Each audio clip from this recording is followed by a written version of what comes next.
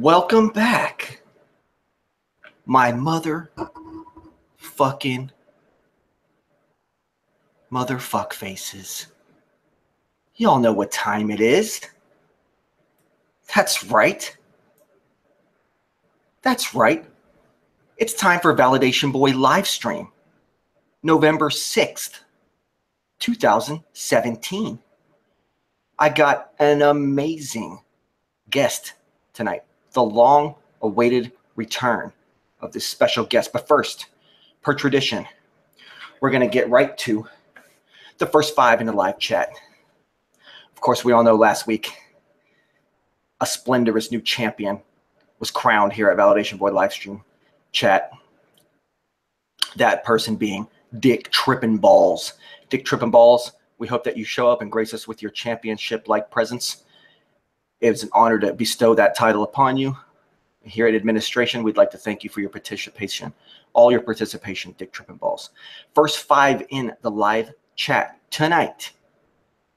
In at number 1, a staple, OJ McBaggins, who says, you guessed it, titty sprinkles.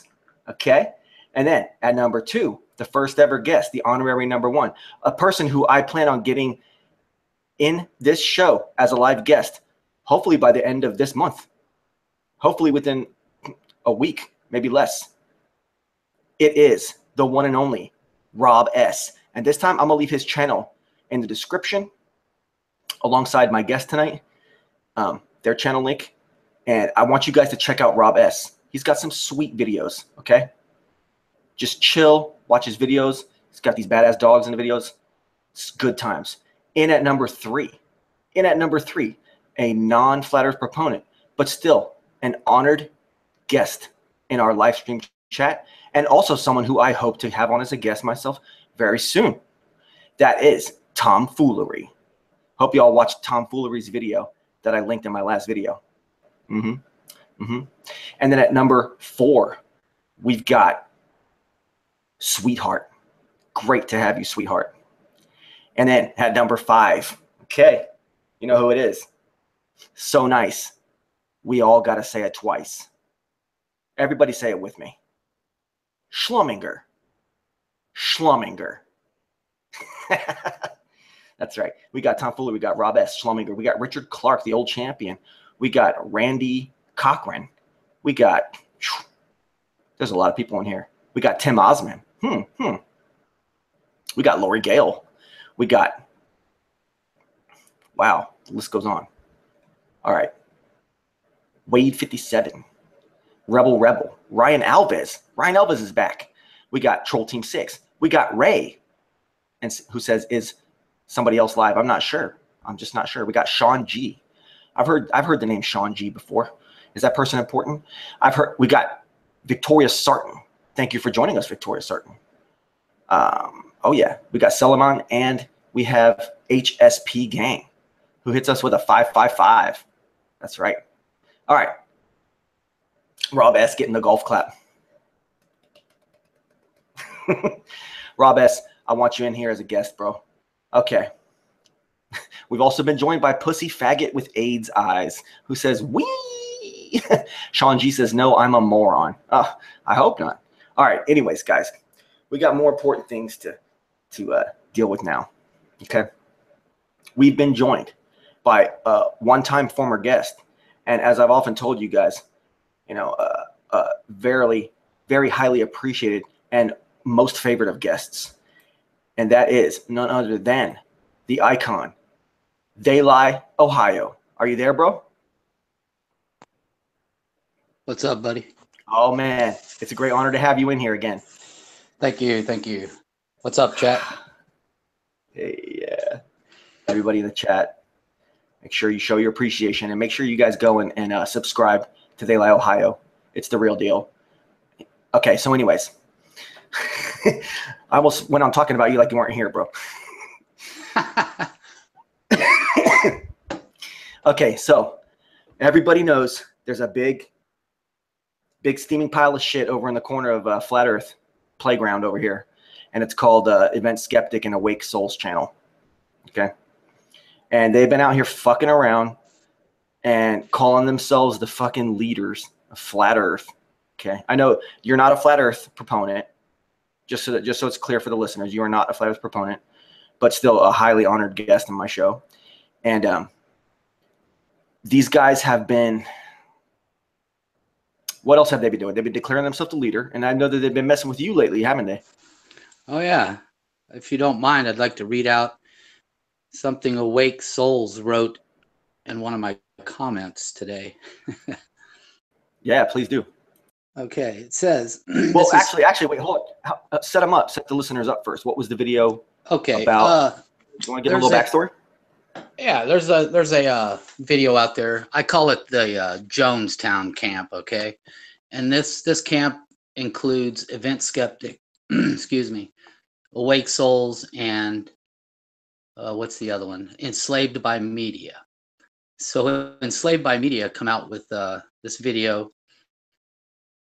The clouds are in front of the moon, and I made a video of my own. I don't know if anybody saw it or if everybody saw it, but I'm disputing that. I think it's impossible. I know it's impossible, and I made a video of my own debunking that, or I'm saying that it's impossible, pretty much. So the battle began. Of course, I don't think they got a hold of my video until today, though, because the trolls really come out. Ronnie making, sock accounts, attacking my comments, so forth, so on.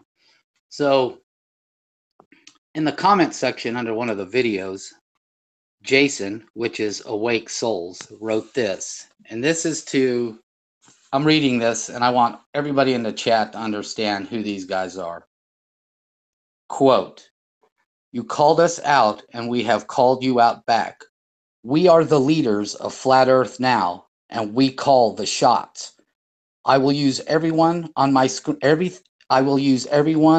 my screen captures and screen recordings in my response if you do not accept the debate as you have agreed upon.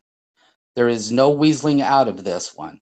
I look forward to your appearance on my channel, or I look forward to putting out a video about you, either one." Unquote. So there you have it. They are the leaders. They call the shots. I didn't know if you guys knew this.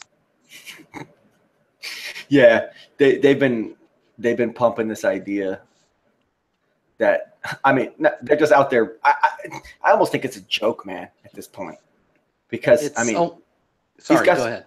These guys were calling out people for doing the same thing, and I would say back a year ago, Ronnie's channel and my channel resembled each other a lot more.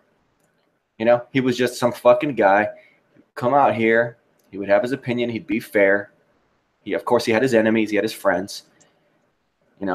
But now he's on this crusade where it's like this marketing campaign, and it's all staged and it's all fake, and it looks nothing like what Ronnie used to do, and it almost seems contrived. It seems like he's just faking it. Like there's no way they actually believe that, obviously they don't believe that they're the leaders of the flat Earth, but there's no way they're thinking that people are actually going to believe this and follow suit. Right. I don't know. Well, they've called so many people shills, and they've made so many videos of calling everybody out. Soon there will be no one left.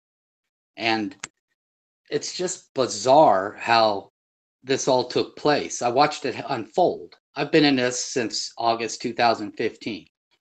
And I watched Ronnie go from being on the Potato Show and being part of this whole belief or movement or whatever you want to call it, and then all of a sudden I saw this cult-like mentality come out when Jason and Ronnie got together. It was real strange. And I used to watch Awake Souls videos. I was impressed by some of his camera work and everything.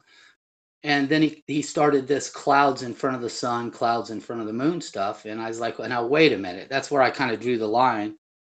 And when I first started commenting on Awake Souls videos, I would leave a comment that would kind of dispute what he was claiming, and they were getting erased.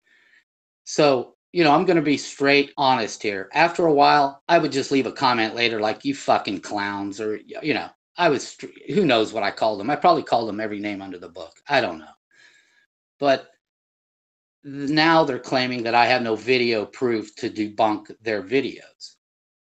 But I do have common sense. And I can direct anybody that wants to go look at a few channels that will prove that it's impossible for the clouds to be in front of the sun or the moon. Yeah, you could even technically use the footage that they presented themselves and do something to it, right? And actually prove it with their own footage. If they would use the proper filters, they would prove it themselves, but they're not going to do that. Okay. Yeah. That's what you were telling me. You were telling me. Everyone needs to understand is when you're pointing a camera up at the sun or a bright moon, the brightness fools the camera. The camera can't compensate for the brightness. It tries to. So what it's doing is focusing obviously in on the brightest object, and then the more dense objects, the darker clouds will appear in front of them. But the lighter clouds are in front of the moon, but they're blending in with the brightness and you can't see them, which then it looks like they're, traveling behind it. And this is insane. It just can't happen. And here's a good way to debunk the whole thing. If you take a person and put him in Southern California, and you take a person and put them in Washington State, they are basically seeing the same sun at sunset. Well, the person in Washington State all of a sudden is claiming, hey, those clouds look like they're behind the sun. Well, what about the person in Southern California with his clouds looking like they're behind the sun too? How is it possible that the Southern California clouds could be behind the sun and Washington State's clouds be behind the sun at the same time? It's impossible. Yeah, the clouds would have to be constantly behind. Exactly. That would mean the person in Southern California should be able to see Washington's clouds also, because that sun's local. But that's impossible. It's impossible.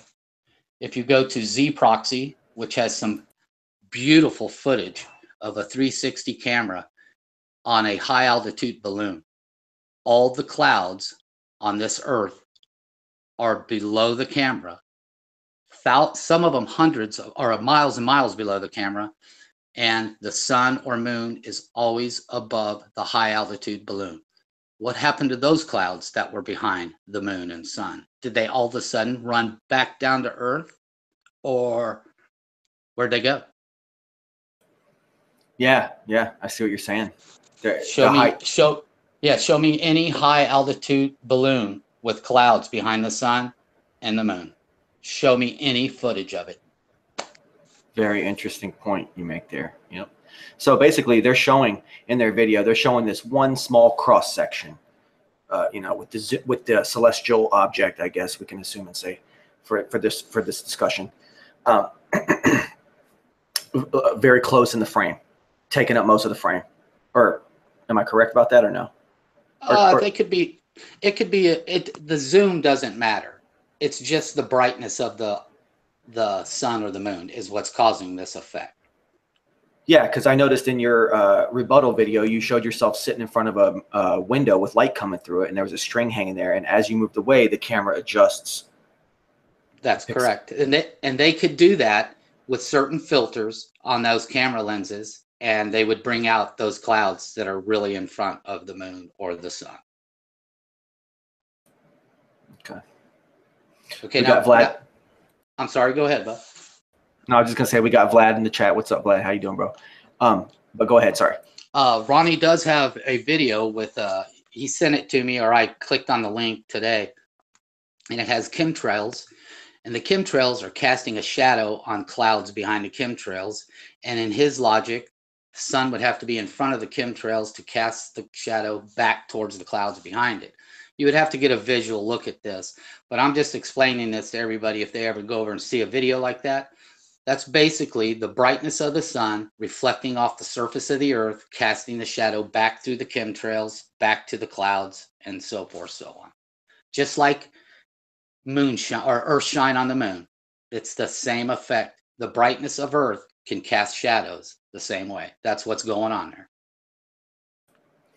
Okay, so are you suggesting that it's highly probable that that chemtrail footage was shot over water, which is even more reflective? It could have been. Yep, it surely could have been. It could be over the earth, or just it could be over dry land. The same effect will happen.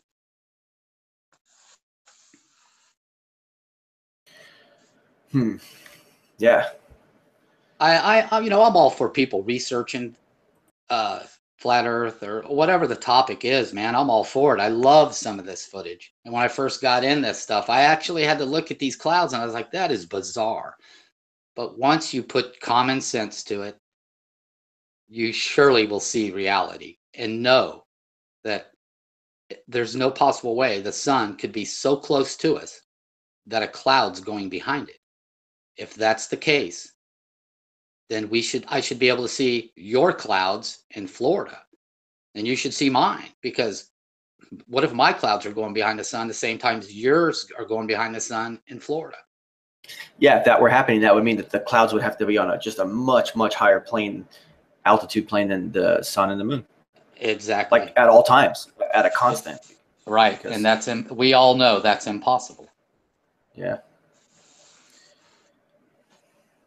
I don't know, buddy. It seems like a clown. I mean, I think Tim Osman said it best. It's a clown show over there. That's the only way. I was willing to go on Awake Souls and debate the topic until Ronnie started attacking my comment section with all his sock accounts. It's clearly him by the way he's typing and what he's saying. And the way Jason asked me to the debate, he called me a shill, and I think it was a liar or something like that. And I even commented, "Is this how you ask all your, guests for a debate or all, And I said it started off on the wrong foot in the beginning. Yeah, that's not your fault at all, though. Right. I did call them out. I called Enslaved by Media. I called his video out. I didn't call him out, but I said it's bullshit. It's a lie. Or they just. My whole thing is, if you really thought that's what was happening, I would spend every dime I had to make sure this is true. I would do everything I could, because, man, that would be headline news. My God, could you think about that? Yeah, it's like they didn't even take it seriously when they made the video. They knew it would be debunked. Of course, right? And it begs the question.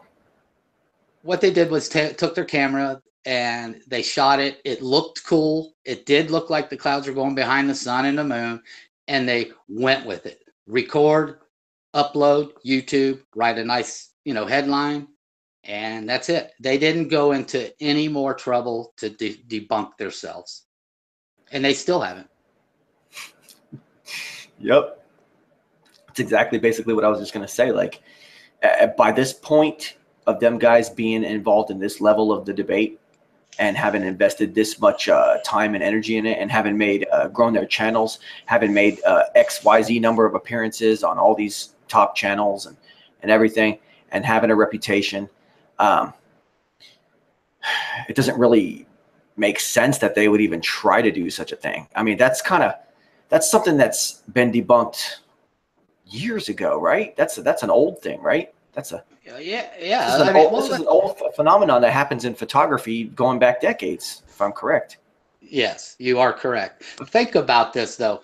Event Skeptic, Jason, and Enslaved by Media, if they're flat Earth believers, the last thing they would want to do is put something like this forward, because soon as somebody looking into this saw that, they would think these fuckers are nuts. They're crazy. They've lost their mind. Or they're, the National Enquirer. Just complete bullshit.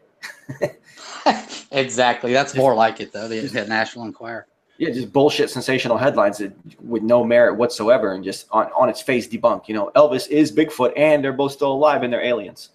Exactly. That's it. You nailed it. Yeah. I mean, that's the kind of level that this thing is operating on now. It begs the question, are Ronnie and Jason just trying to do this all as a publicity stunt? Absolutely. That's what they're doing. Absolutely. I feel like they should be, with the amount of time they've been in this, I feel like their publicity stunt days are over, and they should have been over a long time ago. And it's like they're taking a step backward at the progression of their channels. by reverting back to this. This is that's kind of a young channel's game, right? The piggybacking, Yes. you know, the guy up north, the Canadian guy. Yeah, I know who you're talking about. Okay, yeah, he's the king of piggybacking, and there's a reason why the guy's been in this for the duration, just as long as everybody else, and he still only has 100 something, 200 subs. There's a reason why.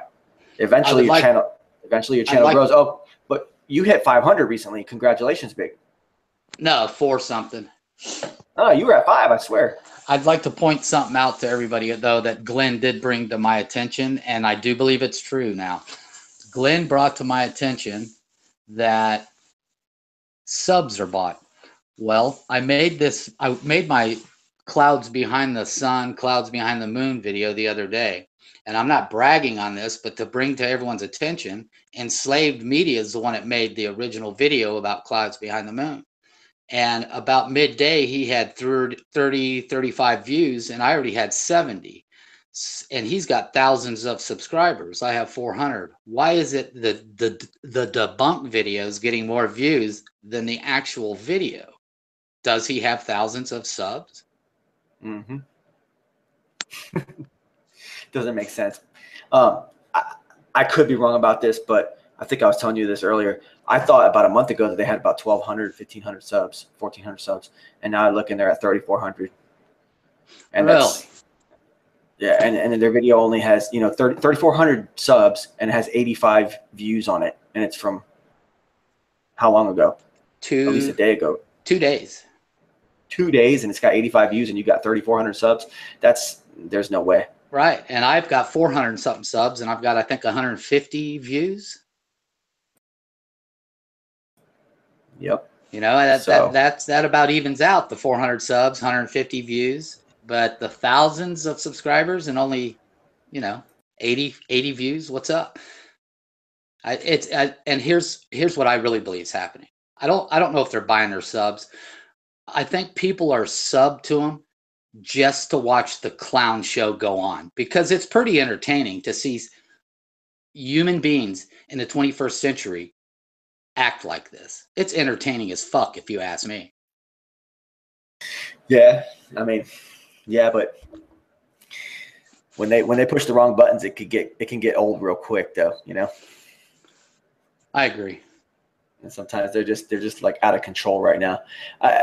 It's kind of weird, man. Like Ronnie and me, we actually used to be very friendly, and then we just we didn't really part ways or anything. But you just, after a while, some people you don't really talk to them much, or you don't, whatever. After having encountered someone a long time ago, and we were on good terms, and then he was even in my chats and stuff, and I thought he was all right, but I thought everything was okay. Then one day, all of a sudden, I see his old video against me, and it felt like it was even kind of half-assed.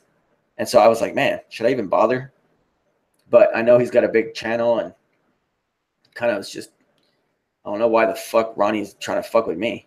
So then I go and I fuck with him, and I think I might have fucked with them even a little too hard, because they were letting me stay on there at first, but then after a while they finally banned me and blocked me. Oh yeah, get used to that. Anybody, I'll tell you now, if you're in the chat, if you bring any negativity or in questioning their beliefs over to their comment section, it will be deleted. There's no doubt. I've documented it all. I've got screenshots of all the comments I left, and there's not a single comment left that I have left. And now them deleting my comments started way back when I was just asking simple questions that would go against what they're showing. And boom, they wouldn't answer it. They just delete it. So after that, I probably can understand why they delete my comments now. Hell, half of them are probably, vulgar and everything. I basically call them clowns. But they did ask me for a debate today. And then I left a comment. I accepted the debate. I left a comment under one of their, I think it was Event Skeptics. I left a comment, and then he deleted that, and it was a serious comment. I said, hey, quit deleting the comments. If it's true, let it stand on its own. And he deleted that. So I pretty much, after I saw Ronnie's actions today on his sock accounts and what he was saying, I pretty much canceled the debate. And I said, if you want to have a debate, let's have it on neutral ground. And I brought up Nathan Oakley because it's anybody's channel but mine and theirs. That would be neutral ground to me. I don't give a damn what the person thinks that we're having a debate on, but he could moderate it. You still there? Yeah. Yeah, I'm here, bud. Okay. Yeah, exactly.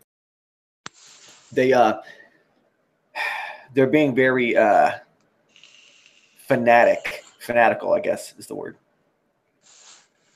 Right. And I know everybody's tired of fucking debates on YouTube. This is a debate this is a topic we all see every day. We all see the clouds and the sun and the moon every day, and this is something that can be proven easily. Yeah, I think what I've left here tonight, and I've explained the western sunset in 2 places, and the high altitude balloons should be enough. I shouldn't have to take a camera outside to go any further. Yeah, I mean, this is an old photographic phenomenon that goes back to the beginning of photography. So, you essentially just destroyed their entire video. I mean, how vested were they in this concept when they released this video's late to the game that enslaved media. I mean, Awake Souls was pouring these videos out months ago. It's one after another. Oh, so they got a long history of this? Oh yeah. They've been throwing this clouds behind the sun for a long time. Wide Awake has videos that totally debunk their stuff. Okay, so this Wide Awake uses filters that brings it all in. You can see Wide Awake does it the right way, and clearly the clouds are in front of the sun. Can you believe we're talking about this right now? Can you believe that we have to convince some human beings that the fucking clouds aren't behind the moon? Yeah, I know. That's why it's a publicity grab for Ronnie and Jason. They just really want the publicity, and they want to create. It looks like they want to create a reputation of being these assholes that are going to ban and mute because they're basically religious fanatics, and it is very cult-like. What other cult-like tendencies are you seeing in them? The Yashawashi, man. They've changed Jesus's name. Here we have a whole population that knows our God's son, our Savior, as Jesus Christ, and these guys have it right now, and his name is Yashahui or whatever they call him. Kawasaki. Yeah, and it matters to them that you guys know that. What the hell does it matter what his name is? If they're Christians and they accept Jesus or Yushuwushi as their savior, that should be good enough, no matter what his name is. But they are pushing this Yashawashi shit. It's a cult, dude. That's a cult. Yeah, I feel as though if they were to actually have you on their show, they would say, we got footage. You think you can debunk it? Try debunking it. You would say this obvious, simple, well-known debunk. It's just well-known. It's bigger than flat Earth or anything. This is just old, scientific stuff that everybody has been done a long time ago. And you'd say, okay, you're debunked. Everybody knows this. And then they'd say no. And then they would sidetrack the thing and they would start asking you about Kawasaki. And they would start I would asking. be a shit. I would be called a shill, a liar. I have no video proof. I'm part of the system, lying for them. On and on. I got that today off several comments. I'm a shill. Dan Pratt said it best. As soon as I made that video, Dan Pratt wrote in the comments section, 3, 2, 1, let the Daylight, Ohio shill videos begin. Yeah, I saw that too. Yep. He was right on the money. It didn't take long. I know, he nailed it. Man, these guys. I mean, hey, VB, I've been trying to talk to them normal over in their hangouts. They're like, don't you guys realize that you're just scaring people off? Or with this let's just say hooey chewy or whatever. Don't you realize you're scaring them off? And they just won't hear it, man. They just won't hear it. I've never seen 3 guys with blinders on. So it's just intense that it almost makes you mad. Not mad. It's so damn bizarre. I guess it's just bizarre. That's weird. They're extremists. They're like borderline terrorists. You know, not in any kind of. I'm not calling them like terrorists that they get like in trouble or anything, but I'm saying their tactics are very terrorist-like. They're like very extremist and religiously fanatical, and they're kind of like brainwashing. Yeah, it's like Koresh style shit going on there. Exactly. And I don't know. They seem like a couple of normal dudes that maybe this is all just an act. Maybe it's just an act, man. Well, I do know this is what I've heard through chats and hangouts. I do believe, now this isn't concrete, maybe somebody in chat knows, I do believe Awake Soul's wife left him over this. Yeah, I've heard that rumor too. And now if that's true, and Jason, if you're listening, dude, if your wife has walked out on you on something that you believe other than Christ or God or your religion, then dude, you're in Jonestown then. You are pushing a cult and you've scared your family off.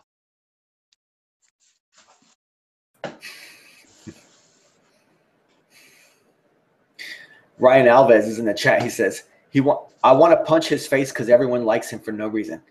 What? Who's he talking about? Oh, I think he's talking about Rob Skiba. I think Ryan Elvis says he wants to punch Rob Skiba in the face because everybody likes him for no reason. He's a likable guy. Yeah, I know. He is actually. I was watching, what was he on, Patricia's show like a couple weeks back, or somebody's show? Maybe it was Nathan or something. And he was on there and he was just, doing his Rob Skiba bit, and he was on that TV prophecy channel doing a kind of a sermon. And yeah. the guy, he's like the guy next door. You can't hate that guy. It could be argued that he's in it for some money too, which he's could just be a good really guy. ugly. There's nothing wrong with that, He don't make big, shill moves like some people do. He just presents what he believes, and that's it. He tries to prove it, and that's it, man. That's good. Yeah. Plus, he's kind of like slow and steady, wins the race, kind of an attitude approach about it. He's not like he's not trying to be Mr. Flashy and do hotel rooms with videos with girls. Right. There you go. Yeah, and he's not trying to flat earth assholes and stuff, moves and stuff. Yeah. I don't know. This has been a bizarre trip all the way around, though. This whole flat earth thing for me.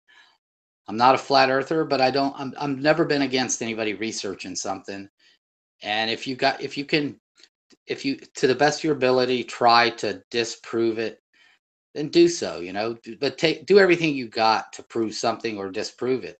And, that's where I drew the line. I was almost sucked into the flat earth thing, and I just can't prove it. So I can't say it's flat. That's just it. I just can't do it. I got to thank Tim Ossman for kind of pulling me back from the brink.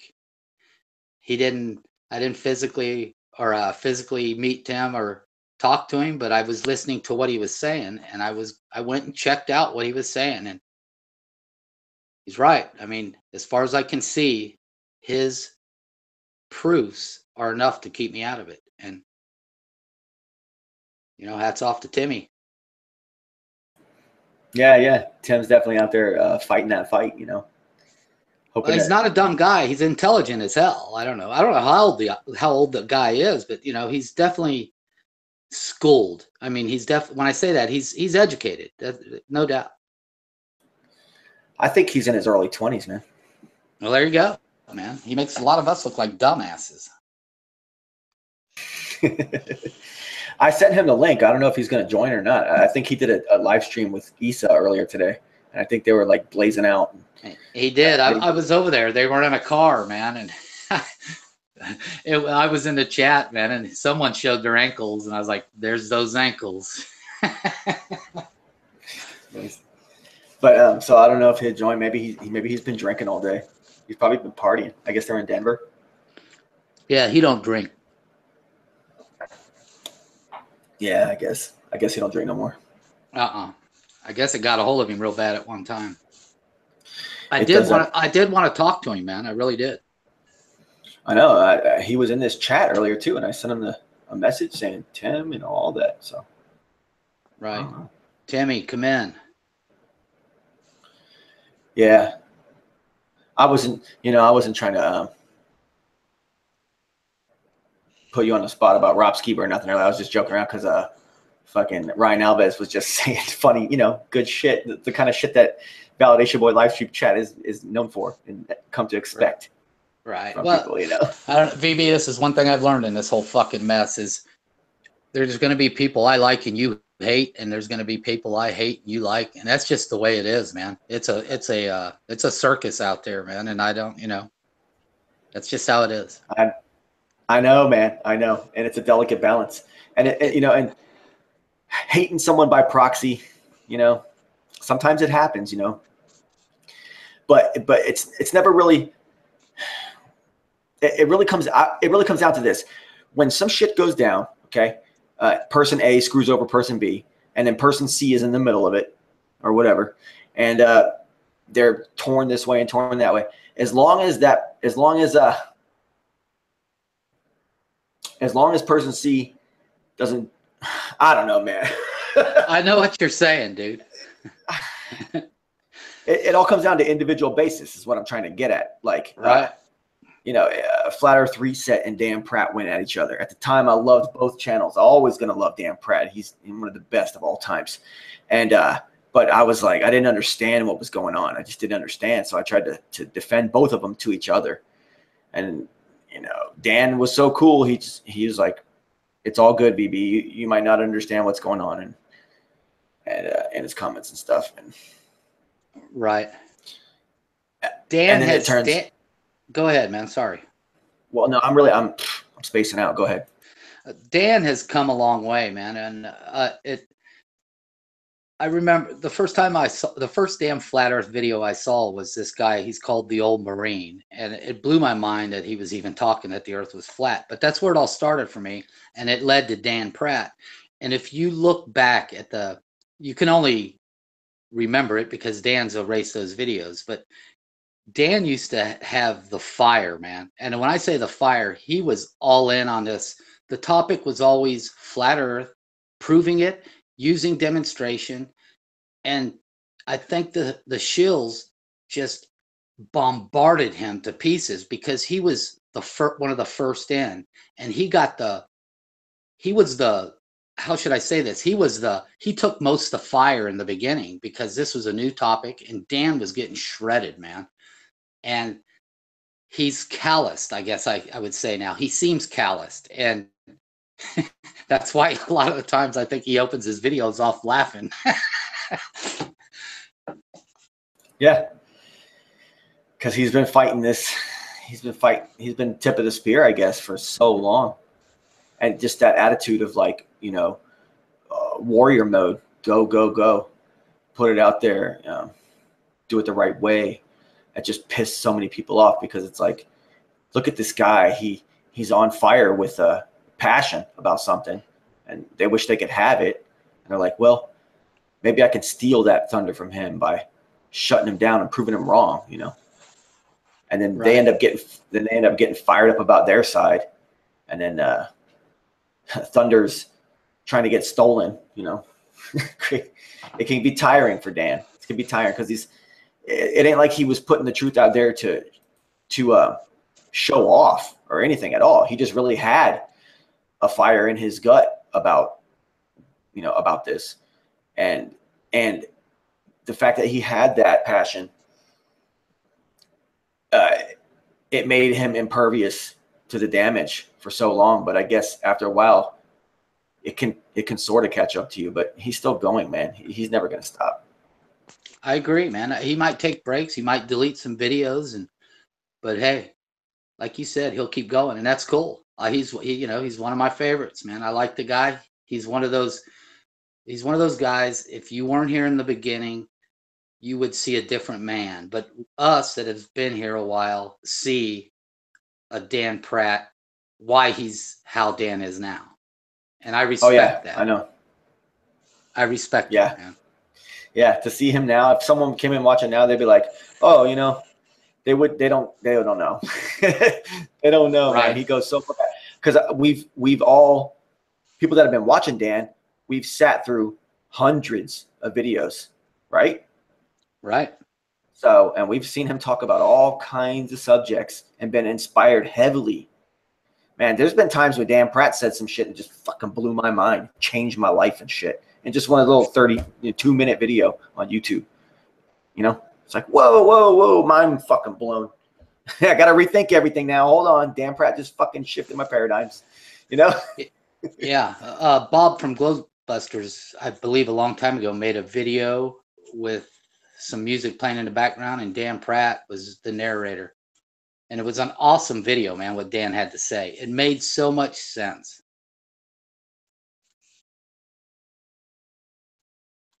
Yeah, I think I've seen that before. Yeah, I don't know if the video's around anymore. Man. So, man, there was. So what's up, man? You been playing guitar, or what's going on? Yeah, I mean, well, that's a constant. That's a here and there thing. Just depends. In my mind. So I didn't know if you're still playing out anymore, or. No, actually, I haven't played out in a long time. Haven't you? Yeah. Cool. There was something real tragic that happened with the band. So. Oh, really? Yeah.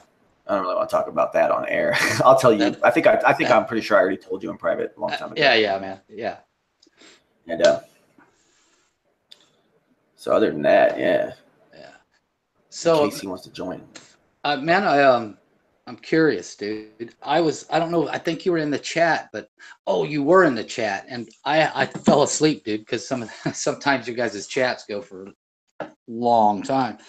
But I think it was you. I think it was Jim Panda, Issa, Tim Ossman, and dude, if I'm not mistaken, I thought I heard Tim say that NASA was full of shit, or he was leaning that way.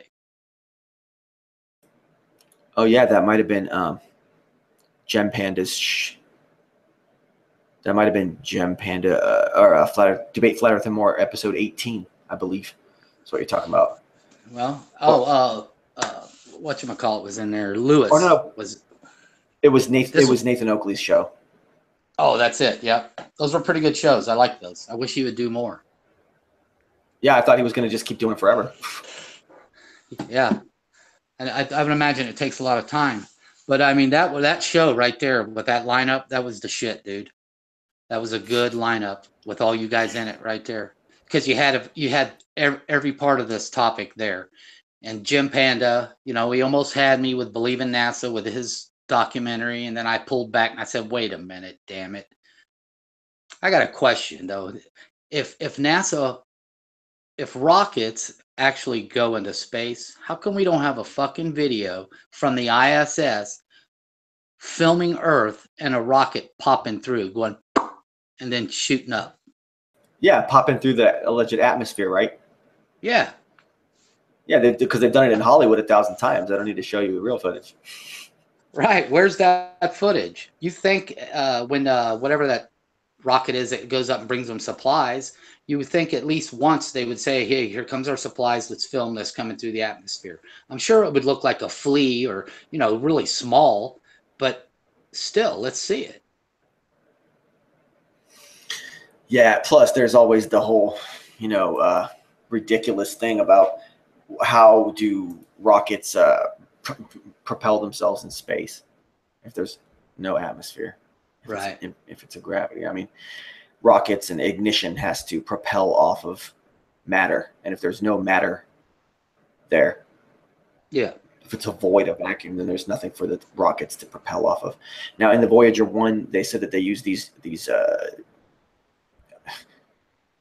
balls of fucking uranium or something that would melt, and by them slowly decaying, that would create energy, which would then put some kind of exhaust out the back of the Voyager 1, which would help propel it all the way to Jupiter.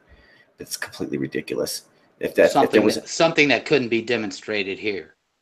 Yeah, exactly. Right. Plus, and that much nuclear material melting like that you couldn't even have all that stuff together like that and get a human being close enough to it, even with machines and stuff, without it poisoning you to death. And they don't wheel that. You never saw no video of them wheeling out this shaft full with hundreds of pounds of melting nuclear fucking atomic metal, okay, with putting off insane amounts of radiation. You never saw them wheel that out to the launch pad and put it on the rocket and launch that. You never saw that. And plus, if that stuff was anywhere near the astronauts in space, it would melt everything. It would melt the aircraft itself. It's just way too much. And that's the fuel source that they say they used. Doesn't make any sense to me. No, not at all. And see, that's where I'm not totally. My eyes aren't closed to this. That's I can't say the Earth's flat, but I sure as the hell don't believe NASA.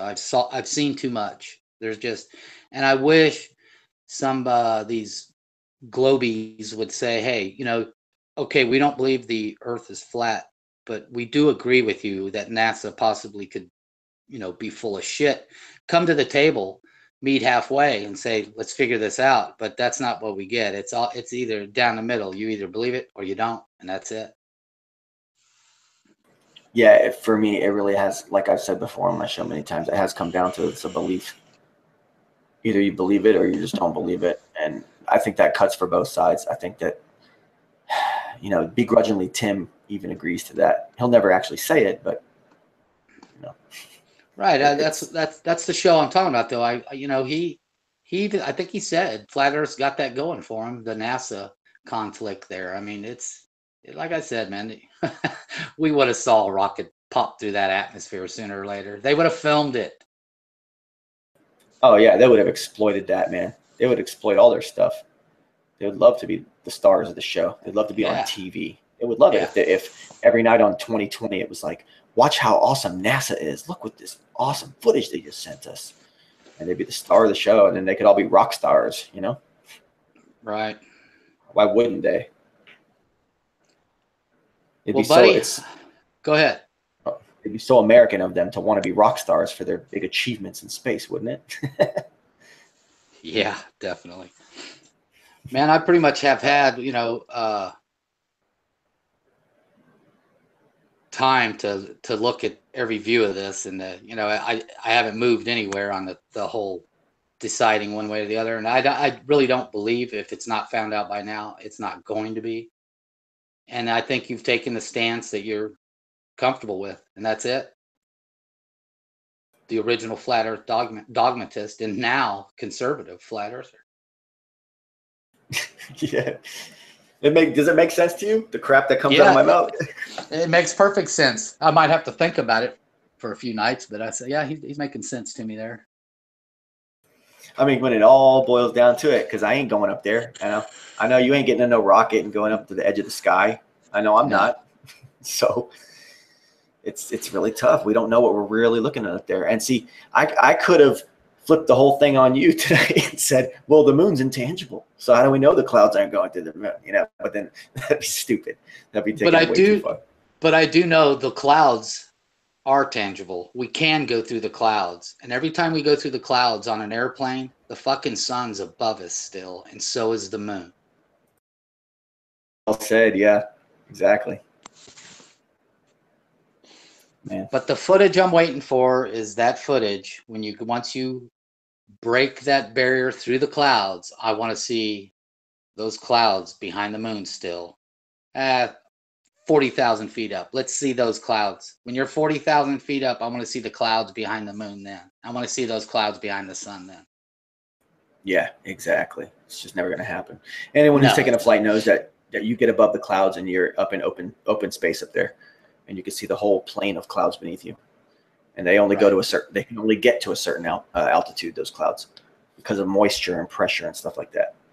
And clouds, yes, they are tangible. And even if the moon and the sun are essentially intangible things, regardless of whether they are or not, there's still no way that those clouds are behind the sun and the moon at those heights. Right. And see, now I wonder how all that plays into their little weird Pac-Man diamond map. Is this all meant to support that too?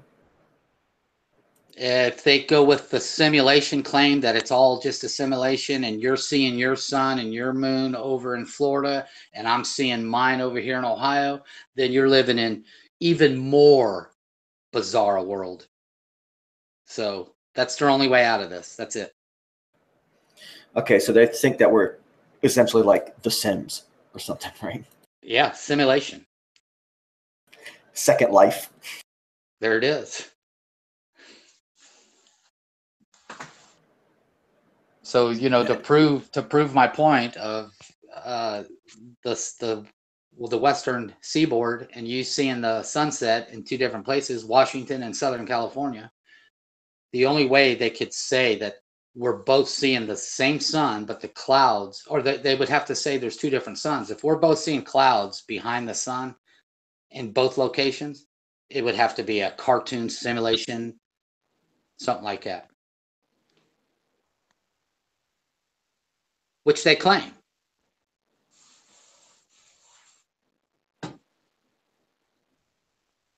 You muted? I don't think so. You hear me? Yeah, I hear you. Okay. Trying to do this the right way. Okay. Trying to do it without feedback loops. Are you smoking? You hear me, right? Yeah, I hear you. Okay, cool. Yeah, I'm gonna stay with you right here. This way we can do this the right way. I ain't gonna leave you hanging out there by yourself. So I guess is Timmy live right now? Don't know. Are people saying that Tim? About him. Yeah. I think Twitwit went over there and said something. Turns out he was gonna go live. I saw Deleeze in the chat earlier. He's my guitar dude. Yeah, I've seen you and D-Lee's talking about stuff in other videos and comments and stuff. Yeah, man, I'm stuck in the pentatonic box pattern and leads, and I can't get out of it, man. I'm having trouble. You know what I'm talking about, don't you? The blues square. Yeah, it's kind of stuck. You know, I know all the pentatonic scale all the way all around the neck and everything. It's just, you know, it's that square pattern all over the neck, and I'm trying to break out of that. Well, one good thing to do for that would be to set up a rhythm that is completely out of that box, and then see where the notes take you. Right. You know, instead of setting up a rhythm that's like A to C to G over to D. Yeah. Instead of doing that box, do A over to F sharp minor, and then up maybe to like a C major, something crazy, and then to an E minor. You know, set up yourself with crazy rhythms like that, and maybe major chords, minor chords mixed in there, and then try to do your leads over that and see what notes will fit that way, because that's essentially like what they've been doing in heavy metal and stuff for a long time. Right. It's breaking out of that because you know, Metallica's old stuff, the really old Metallica stuff, that's not just doing a blues box. Even though they have that in there a little bit, the music doesn't do that. It's more of a orchestrated kind of a progressions of notes. Right. And that's why they're. He said, play the pentatonic scale on one string. That's a good idea. Up and down one string. Learn it on all the strings then. Yeah, yeah. Are you a self-taught guitarist? Yeah, man. Yeah. Yeah. I playing acoustic my whole life, and then going to the electric guitar was just a lot different. The phrasing is so much different on an electric, you know, than acoustic. Yeah. I mean, What? man, we could. No, I love guitar so damn much, man, and I understand. I've been playing stringed instruments since I was 10, and so almost about 30 years, man. Right. See that picture of that guitar right there? That's my Paul Reed Smith, man. That guitar rocks, dude. It plays like butter, man. It's so nice. That bridge doesn't give you any trouble at all with intonation? None. Before I bought that guitar, it sat in a music store for 2 months, and there's a guy that works there, and he told everybody at work there, don't tune this guitar. And we had that tremolo in, and them strings were hanging off the neck. And for 2 months, nobody tuned that guitar, and we went back to it. You know, after people trying it out and everything, and just practically beating the hell out of them strings. It was in tune, man. Perfect. It stays in tune. It's amazing. I can't believe it. It's a tank, man. It's a tank. Yeah. But I mean, that thing flies too. Yeah, Paul Reed Smith is great guitars. You know, I've been wanting a nice Fender Stratocaster or Telecaster, but you know that Paul Reed Smith, man, it's one of the best guitars I've ever played. And I'm a newbie at electric, but you can tell, definitely tell, it's a nice guitar. Yeah, when I used to mess with my first electric guitars, they were usually Gibson SG shaped or Gibson, the guy from AC/DC, Angus. Oh yeah, Angus SG. Young. Yeah, Gibson SG. Okay, that's an SG. What's the other? Gibson Les Paul. Les Paul, yeah, duh, the Les Paul, yeah. Yeah. My friends had Les Pauls and stuff, and Les Pauls are so sweet, man. They're meaty, but there's a limit to them. There's certain things you can't do on them. Just like any electric guitar, just like any acoustic, really. There's certain things you can't do on some guitars. Right. Most headbangers, or should I say shredders, prefer Ibanez, man. And I know them Ibanez, dude. They have a sound to them. If you're gonna fly and you're gonna do sweep picking and all that, the Ibanez can't beat it. Yeah, because it's the way the body is set up, the shape of the body. Right. And I mean, think about this, like violins and cellos and stuff. There's so much tradition in them that they very rarely changed through the years. But with guitars, there's no limit to the technology. So you can just get a guitar for anything you want. It's fucking awesome, man. Right. And like, it's 00 Ibanez, 00 Ibanez, Deleuze said. I guess that's it. Deleuze has an Ibanez. Yeah, the Ibanez has a staple of metal, and it's the Ibanez Saber. You've seen the Ibanez Saber, right? Right. Yeah, I have. The Ibanez Saber is just, I think they actually discontinued it and then they resurrected it again because it's a classic metalhead's guitar, especially for these new age like speed metal and death metal and stuff like that. They need that Saber because it weighs like 2 pounds, and the neck is just right there, and you could just get all over that neck. You can go all the way up with no resistance. It's not like playing a Telecaster where your hands are going to stop. Right. Yeah, I know exactly what you're talking about. Dude, I heard you on one of your chats talking about a Jackson, and there was one at Guitar Center here in Centerville, Ohio. And, dude, that guitar rocked, man. I loved it. They only wanted like $250 for it, but it was killer. It just played very well, man. Yeah, they do. They play so good. They're so comfortable, man. They're just meant for just that just like hard rock and heavy metal style. They're just meant for it, man. Right. Well, I'd imagine some videos are coming out about my ass now, buddy. I am a shill, a troll, all put into one. You think someone will make a video of, Validation Boy in Ohio and a little shill fest and their little shill meetup that they had? There is no doubt. I've been threatened all day with it. All day. Come on my debate or I will crush you, is what they said.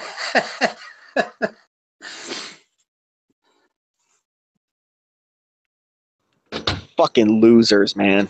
I mean, just fucking losers. Take that soundbite, Ronnie. Take that soundbite. Clown show, bitch. Timmy's little meme of them in clown suits is hilarious, dude. It's funny you say that. I was looking back through old videos this weekend, and I just came across this old Timmy video, and it's one of his murals of all the top people in Flat Earth, and he's got Patty there as like a jester. He's got Mark as like a toe. And right smack in the fucking middle is Mini Me, fucking vagination boy, in front of a fucking pizza delivery car with a fucking rainbow dildo up to my fucking face.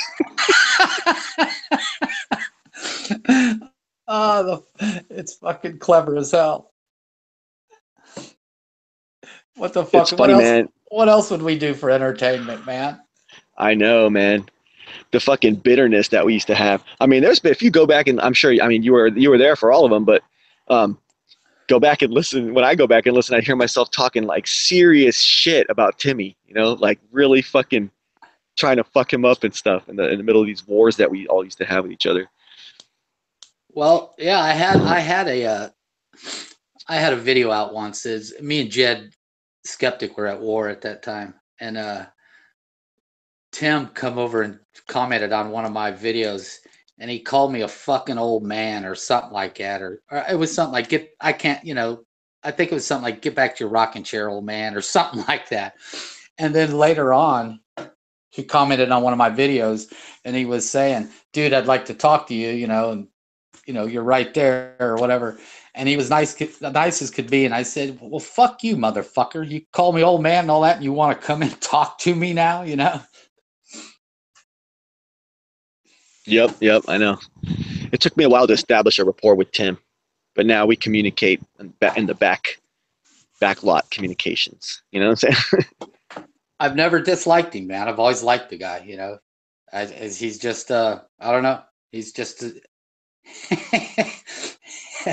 it's just amazing how he has made a name for himself in this fucking movement, or whatever you want to call it, on what he's done.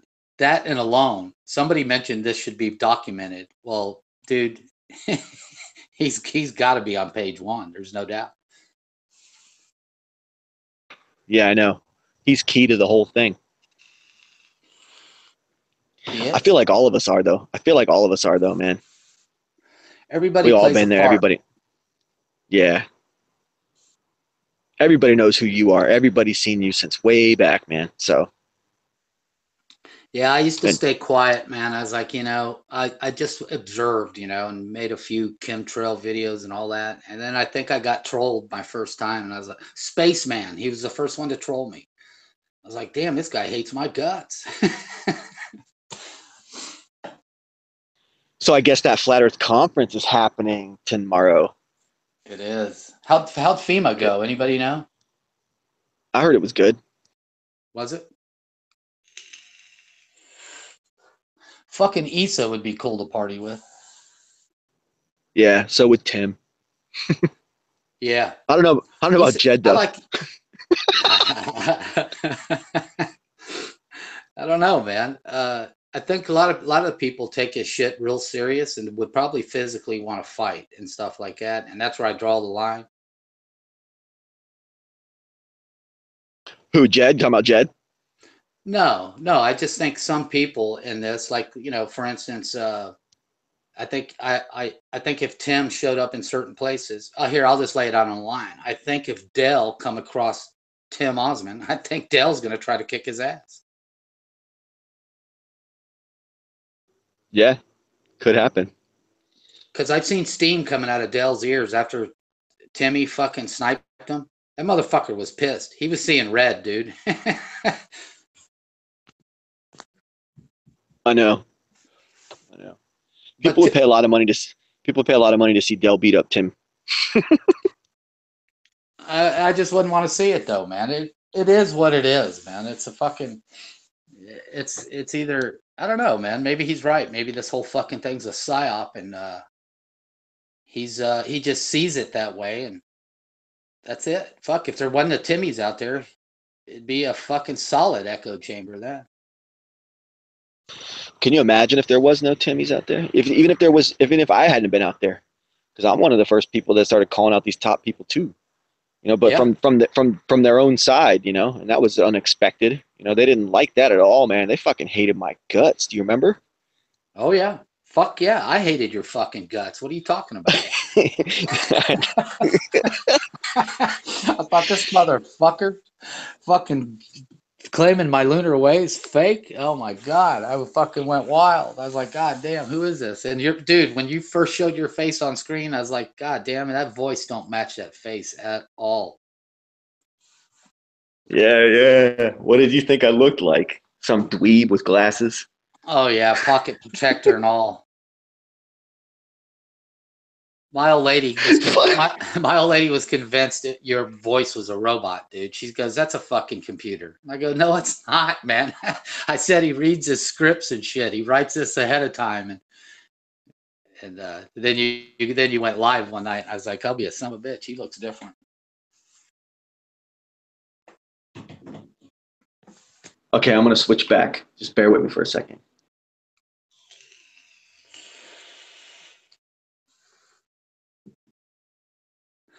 P Mars, dude, are you sorry that you did that booby video?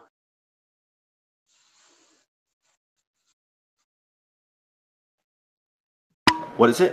What's it? I was asking P Mars if he is sorry he did that booby shaking video. Oh God, yeah, I remember that. Fucking Glenn ran with that, man. Fucking, I don't even like to say that dude's name anymore. Oh, I mean, he expects me to. I don't even think he expects me to come talk to him. I think he knows better. There's no yeah. reason to. I mean, we could sit here and really trash that guy, but at a certain point, it would become abuse because you almost have to feel sorry for him because he might just be a little special. But I'm just saying, yeah. But that's just Right. I don't. I speculation. don't think. It's pretty obvious he don't give a fuck what anybody thinks about him. So like I said, I saw the guy. He was working his ass off doing his job, and I actually started to look at him as well. I work construction too, and I thought I just never understood how he got so engulfed in all this that it kept him up filming shit and recording shit, and that I never will understand. But like I said, he has one of these fucking bikes you can pedal, or it's just like a scooter. And I was interested in one, and he sent me information on it, and I kind of snapped me awake, like, hey, we're fucking all humans here. There is somebody behind all this, and I just saw that in him, and I said, fuck it. I left him alone. I have nothing more to give the guy, and I respect if he fucking hates everybody and wants to make the videos, have at it. Yeah, yeah, I know. Shit got real ugly between me and Jed at one point, and then sometimes there was times when I regretted it, and thankfully now me and Jed, are neutralized, and we could still troll each other, but know that it's all good. I'm not really gonna come out and say anything too brutal Right. about Jed anymore, or even Yeah. or even Glenn. Like at this point, I'm starting to understand. Like I used to think, oh, there's a chance Glenn is that small channel that does have that little tidbit of special truth, and everyone's ignoring him, and he's the true underdog. But after 2 or 3 years of him trying to play that role and never moving forward, never actually getting a win, it's like, well, maybe you are that low circuit job guy, you know what I'm saying? Where you just Yeah. that's a wrestling term. Like they call them jobbers. They're like the guys that they hire off the street, the shitty pro wrestlers that come in and do the job for the star, and they get paid for the star, and Sure. that's all they ever are, And Right. but eventually, those jobber guys become superstars and become world champions and all that stuff. Eventually, some of them do, but he never rose in the ranks at all. Nothing, just nothing. Right. And it's like, Right. well, then that should tell you something. Then that means that there's only truly a small, tiny handful of people out here that are willing to listen to what you have to say, because all you have to say, the only value it brings is to those people, and they want to be in your little. Essentially, he has what really a cult. Glenn probably actually has the biggest flat Earth cult going in flat Earth, if you think about it. And he likes that though. Yeah, because he has his 100, 200 something followers, 200, 300 followers or something. And they're loyal to him no matter what shit comes out of his mouth. Right.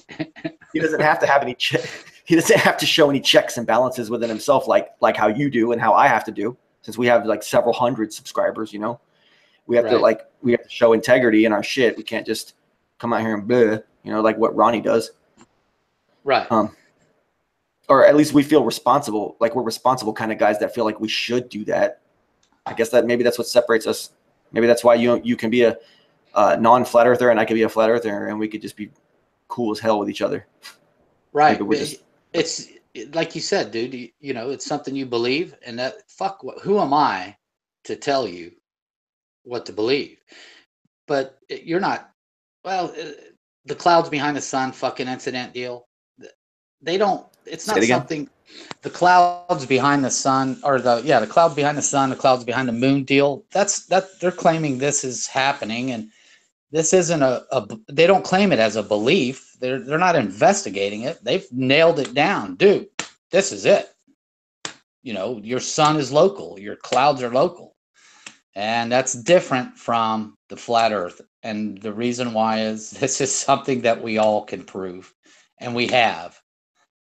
That's the difference for me. Did this clouds and sun obsession thing begin when Ronnie found that one video and mirrored it where it showed from inside of a cockpit of a plane, and it looks like they're flying right next to the sun? I don't know if that's the beginning of it, but that obviously, you know, people,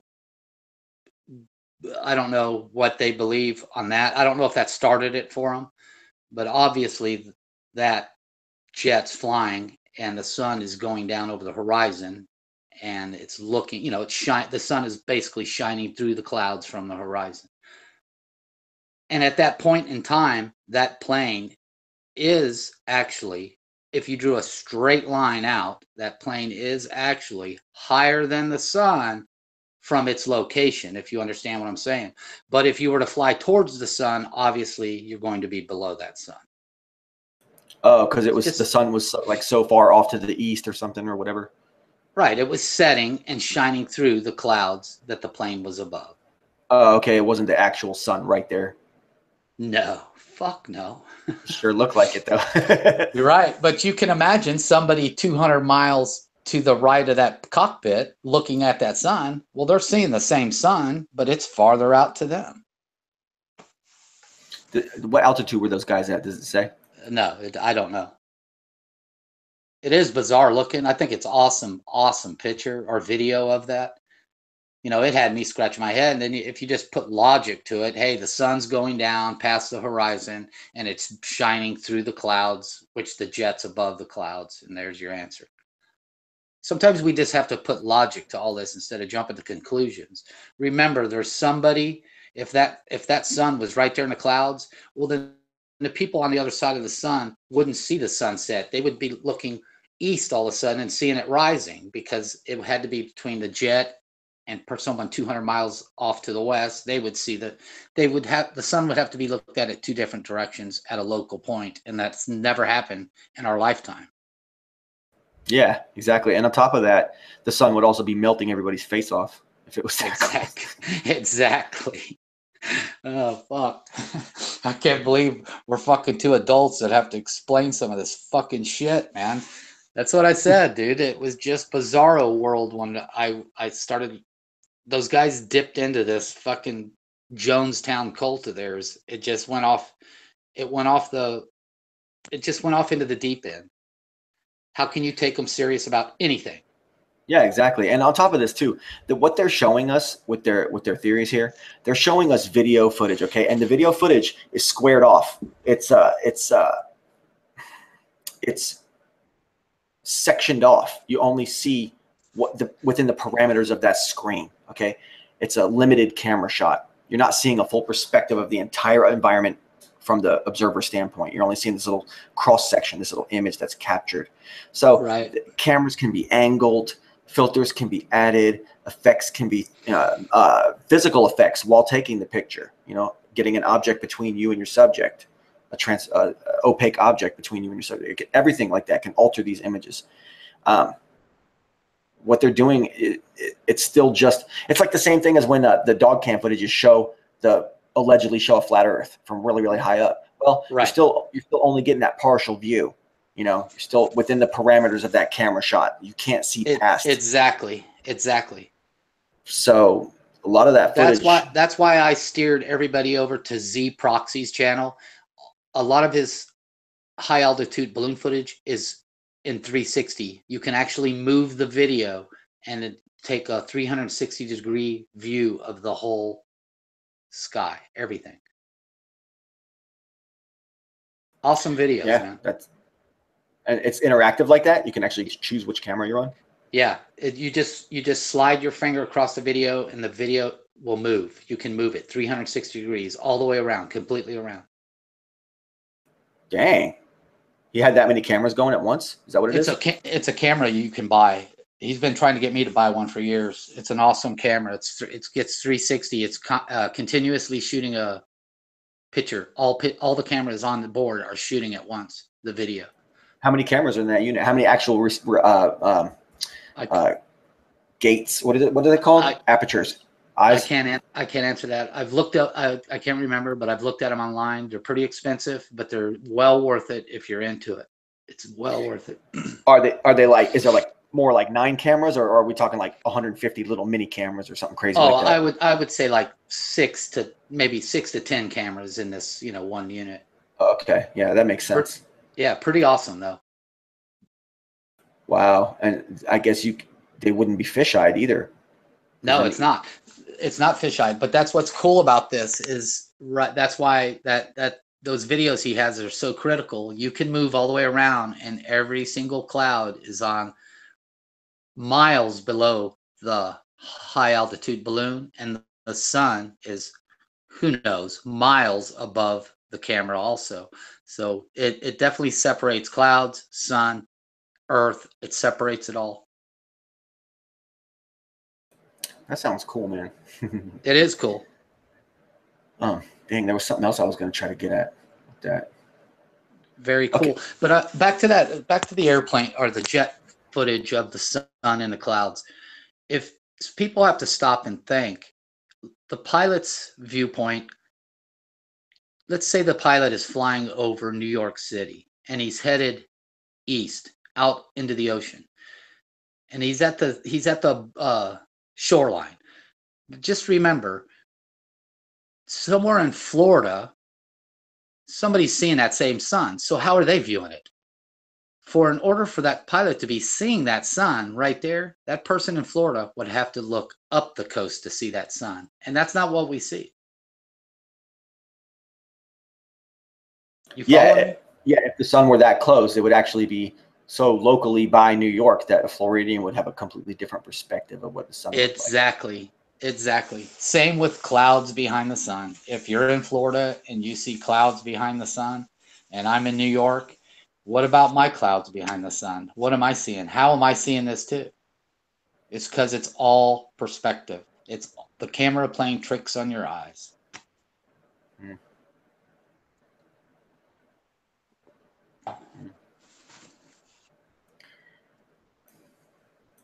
So I'm still interested in this camera. I wonder how I wonder if there's, it's obviously a digital device, right? This camera, this multi. Yeah, man. Let me try to pull it up, dude. And then I wonder, is it capturing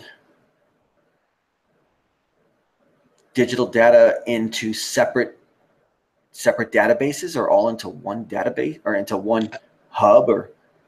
My girlfriend's boss has one that he sits on his kitchen floor. I've seen him use it before. It's pretty awesome. He can get a whole 360 view of his whole house inside. Oh, nice. Yeah, when we're done here, or when you're done, just get on YouTube and put in interactive 360 camera, and you'll be able to use your finger on the screen and scroll all the way around. And you can also scroll up and down, so you'll be all over the screen with it. You'll see everything around you, 360 degrees, top, bottom, left, right. Wow. And then there's people that got the Oculus Eye, and they can watch that footage and it feels like you're in the room, 360. Right. That's cool, man. I'm Googling it right now. I'm going to look at this thing because you got me curious about how many lenses. I just wonder, like, how many actual apertures are opening, or not that, I don't know if that's the right word, but how many actual points of information. Right. Okay. This one is kind of shaped like a soccer ball, but each individual square on the soccer ball would be a camera, if you follow me. Wow. Yeah. And it's, they've come down in price quite a bit. This one's $360, but it shoots in 4K, which is awesome. Wow. Dang, that sounds fun, man. That's a cool security thing. You could just put it there and you can see if anything's going on in your house. Right. Okay. So this while one's you're at kind of work or something, right? Or you could probably get it right. sent to your phone. Yeah. Yeah. That's definitely. But yeah, I'm not sure. Like I said, VB, I've never worked with one or anything. I've just seen videos of them, and I have looked at them to thinking I'm buying one. Send that bad boy up. Awesome. Yeah. Z proxy, you said? Z proxy. Yeah. ZPROXY. Yeah. Okay, here it is. Sorry, the price did not come down. It's $2,299. Woo. Yeah, here, man. I'm gonna do this real quick. All right, I'll show it to you. Pretty awesome, though. You're gonna hold on. Let me get on this thing. Are you there? Yeah, yeah. Okay, man. Can you see that? Move it up some. But talk. Say something. Can you see it?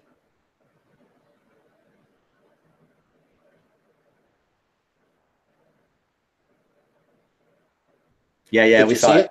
Yeah, but you had, That's yeah, cool, you, man. yeah, you had to talk. Yeah. So I wasn't answering you because if Oh, I would have okay. answered you, it would have come back to me. So I had to have it up on Okay, the man. screen. Right? Yeah, Sorry. you saw. So I was wrong. It's a lot more cameras than I thought. That's awesome. Someone Yeah. said buckyball cam. There you go. Pretty awesome, though. Yeah, Yeah. but Wow. I know they're cheaper. And anybody that wants to, man, if to film the moon or anything like that, that would be the shit. Yeah, it was one of those high altitude. Oh yeah, well, whoever does the high altitude balloon footage, they got their shit together because they're doing it the right way. You're getting the whole view of the Earth. Yeah, that's the only way. That's really the only way. Definitely. That's the problem. That's always been there. So Yeah. Yeah, it says it. 36 individual cameras along with a spherical shape to generate a 1080 108 MP 360-degree panoramic view. The camera itself records 36 separate image files, which are automatically stitched together once the files are uploaded to your Panano cloud account to form the seamless spherical image. There you go. oh, so you have to load it into their processors, and then they feed you.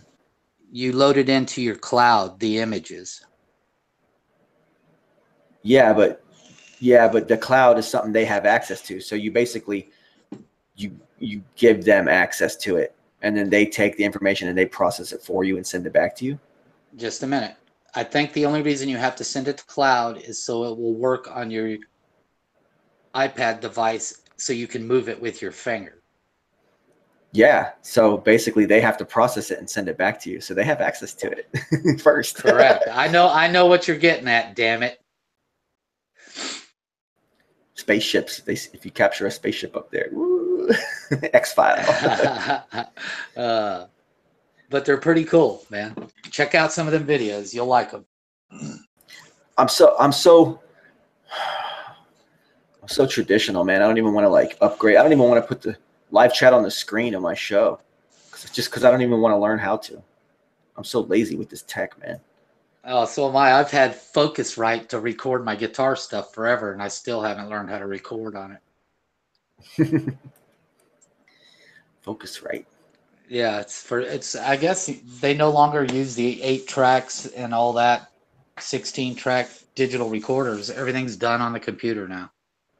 Well, no, that's what I did. I got a Focusrite, this red box that I plug my guitar into. That's it. And my bass into the computer. Oh, so what program are you using to record with? Just Audacity. Oh, you need to show me how. I'm taking the lazy way out. Well, there's a thing called Fruity Loops. Okay. And it's a generic beat maker, and it has kick drums. It has various drum sounds, like tons of drum sounds, and you could buy packages to extend it and everything, but it's really expensive. But I didn't actually have to pay for it, but whatever. friend of mine helped me out with that, and so I just use it as a drum machine basically. And it's basically MIDI, and you click the boxes along a 4-count pattern. You mean that country and western guitar and all wasn't you? No, that guitar, all the guitar and all the bass was all me, but the drums themselves. But the drums themselves were actually just a programmed thing. And so I programmed the drums out. You know, in my other music, the drums are a lot more complicated because they're more well thought out and stuff like that. But it is always drum machines, and some of them I try to make the drums very, very real sounding. Yeah. Like in my speed metal thing that I made once. Yeah. So it sounds like real drums, but it took a lot of work to make them sound like real drums because it's all mental, you know. But I got years of experience recording in the studio with bands that play that kind of music and stuff, so I know what the sounds are supposed to sound like. So I make these drum beats in this old program, and there's tons of programs out there. There's even free ones that you can just do this in. It's no big deal, and it gives you a really solid sound. And I put that as I create that sample of stuff. And I save the file, and then I export that file as a wave onto my desktop, and then I open up Audacity, which is free. And in Audacity, you can create as many channels as you want to make a sound. It's like here's your blank canvas. You can have infinite number of channels, just keep adding channels. And so I take that wave file of those drums and I slap it as one of the channels on the Audacity. Or sometimes it's multiple, so I can you paste it on there, like? Yeah, I just basically drag it in there. Or no, okay. I import. I import it and since it's on my desktop, I import it from the desktop in there, and the file just jumps and shows up on the Audacity. So I have my drums. Now I create another channel and I put my bass on there. And you can get the levels are pretty. You can get your levels pretty equal. Oh yeah, it's each channel of Audacity has a full left and right pan and a volume that sets you in the middle, which is plenty loud. You don't really ever want to go up, really ever. Because it hits the red and it starts distorting and stuff. So it's either you're at 0, which is level, or negatives, and so you basically do subtractive EQ. You know, right? Flat Earth Quartz in the house. Oh yeah, he played us a song today on Tim's Hangout. That's a cool song, man. I love that song. What was it? What's it called? I think it's Welcome to the Show or something like that. Oh yeah, that's his hit. He plays that all the time. That's a great show, or a great song, man. He's got that voice for it. You know, it's his voice is I don't know, something. I could just see him in a fucking clouded, smoky bar on a piano playing shit. Definitely, he kills it on piano, man. He's awesome. Yeah, I saw one of his videos on it. Good musician there. He's got the ear for it. You can tell. Yeah, he does creative stuff with notes. Yeah, he's got a Martin guitar. Well, I don't know what kind. I think it's a D28. He said. Well, yeah. So basically, see what I'll do sometimes if I really want to make intricate sounds, I'll separate the drums. I'll just have a kick just be one channel on Audacity, and then I'll have the snare be another channel. That way I can have maximum equalization. Even though they're all in the MIDI thing, I'll mute everything except the kick from the MIDI drum sample, and I'll bump that into the thing. And then I'll mute the kick, and I'll unmute the snare, and I'll burn that as a file, and then I'll bump that in. You know, so then I have the kick drum, the snare drum, then the hi-hat, and the crash cymbal. I have them all separate channels, and I could really do a detailed mix if I really needed to. But I don't really need to because I know how the other system operates, and if I can get things to a certain level in that system, I don't really have to do any mixing. So a lot of times I do my drum mixing as one unit, and I send it over. And then any other little problems I got a little trick that I do for everything. And I kind of wish a lot of people would do this. If they're going to do narrated pieces, it's a brilliant thing. What I do is I edit the whole narration, I get it all done, and then you have a signal. And then that signal has its full sound. It sounds great. But I found that if I duplicate that entire thing, just duplicate it, and then on that second channel, turn the volume way the hell down, and then equalize that channel to boost some lows, take out all the mids, and then boost the shit out of your highs. All that together creates a deep, huge, fucking bright and deep soundscape. And that's basically what mastering is. Gotcha. So any of my like talking videos or any of my musical sounding videos that I'm going to be coming out with more, like a little sample song I made today for the promo for this. I did that to that. Like, so it's basically doubled, but the second one is the second doubling of the whole song is really, really low in volume and sounds like all bass and all extreme highs, if you get what I'm saying. Yeah, I understand what you're saying. So it's this crazy deep sound that doesn't sound good on its own at all. But when you add it to the rich main thick signal of the other one, it creates it's awesome, man. Right. So nice what effects do you use? Are you using reverb on that program and delay or anything like that? Or I have, but in my speaking videos, I don't have any effects. You're not using reverb when you speak? No, it's just this room. Really? It's just this room. Because I'm sitting in front of a wall. Just a stucco wall. Because when my girlfriend said that you sound like a robot, I go, he's running that through effects or something, or it's his sound mix or something. Well, no, I got this nice little it's not nice. It was really cheap pen mic that my friend who sets up my computer stuff, he just gave it to me one day. He's like, just use this instead of just talking to the thing. Just use this. Trust me. I was like, okay. And it does. It picks up the human voice perfectly. It's really good mic for just the voice, even though it's like a little plastic rinky-dink thing. And that gives me a nice, strong, rich signal. Right. And when I'm recording into the Audacity, I turn off all electronics in all the rooms surrounding me. I close the door. I sit at a certain different height in the chair. I take deep breaths. I take the lines several times, and then I pick the best ones afterwards, and I edit it all down, crunch it all down, make sure I don't say anything twice. And then I produce it, and then that's when I take it and I bump it in. I double it at that point and add these extreme highs and these extreme lows and drop that second duplicate channel, really low volume. And I get that bright, heavy audio, because that's a big thing for me, man. Like YouTube videos, when they have poor audio, it fucking kills me, man. There's nothing worse than a low volume fucking show. Like Jed, back in the day, man, his fucking volume was so low that you could have your fucking headphones on and have it on full blast and you could still barely hear the guy, man. Right. I just begged him for like a month one time. I was like, Jed, please, dear God, get a freaking microphone, bro. Just please get a fucking mic, dude. Because your shit's too good not to be heard, man. And a lot of people do that. They do it wrong. Yeah, man. See, I beat my brain up learning how to stream the moon and everything live, and working with all the telescope equipment and everything. And it takes forever to learn all that stuff. And I just don't have it in me, man. To think that I gotta, like, I think some of you guys, man, make fucking your videos on your phone, and I'm impressed as hell by that, because some of the videos are incredible. I think Tim makes fucking videos on his phone, and here I gotta fucking use my phone to show screen captures and stuff on my iPad because I don't want to take the time to fucking learn it. And I guess if I was a video creator, as you guys are, I guess I'd take the time to do it. But I guess I'm happy with what I'm doing right now, dude. What's up, Tim? I was going to say, technically, Tim is operating with all these other operating systems, and he's like 10 levels above me. But anyways, it's good to have you, Tim Ossman. We've been joined. Thank you. Howdy. You were coming in real distorted there for a second. Is everything all right? Are you at a party? No, I might be lagging a bit or something. Go ahead. I'm going to load a bowl. Oh, it's one of those kind of nights. Oh, shit. What'd he say? He's going to load up a bowl?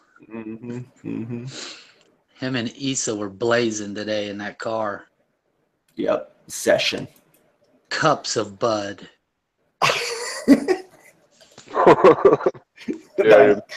Thine cup overrunneth.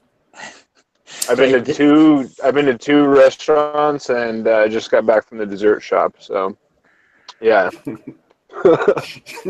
Just raw, unadulterated Kankel fuel, baby.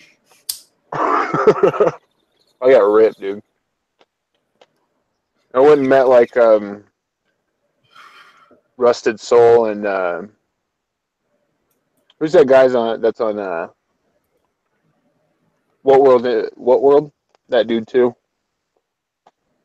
A couple other people though with the ISA.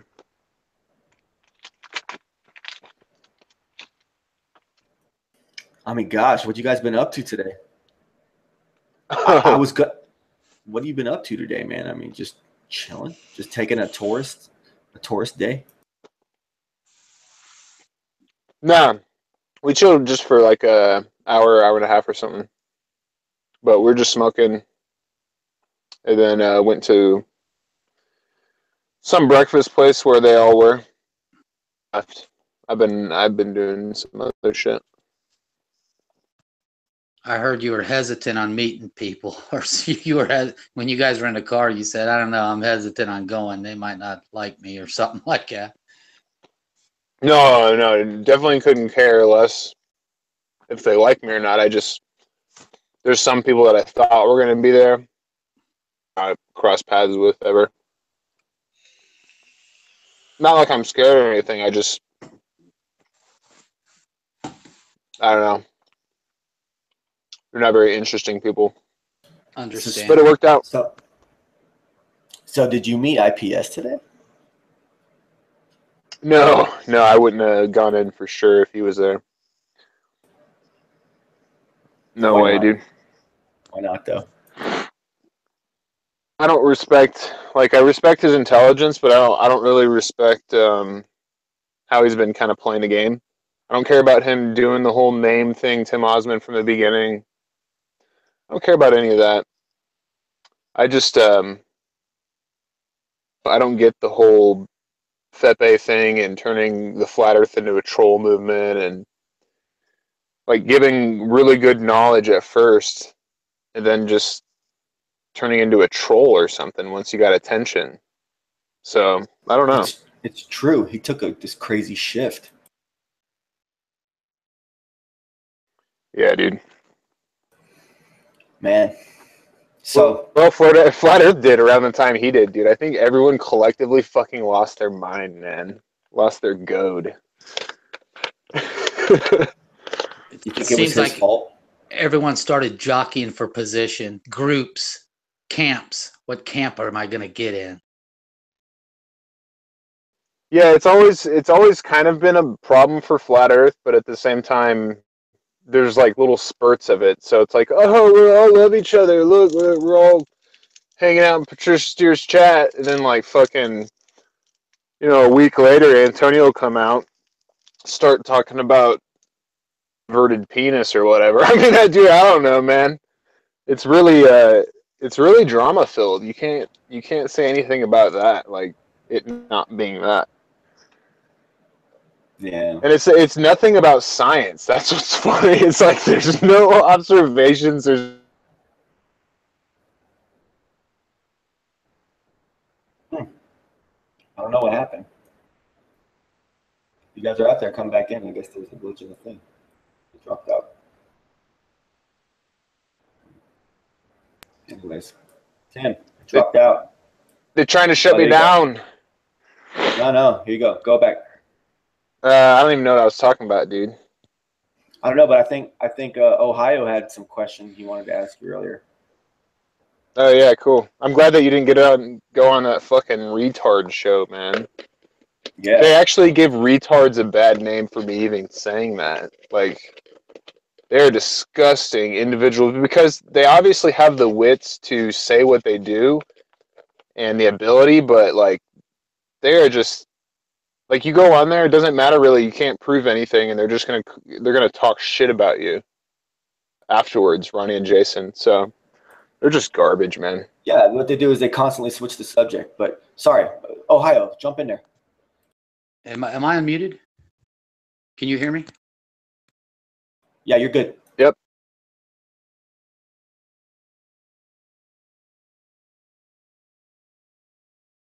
Now you're muted.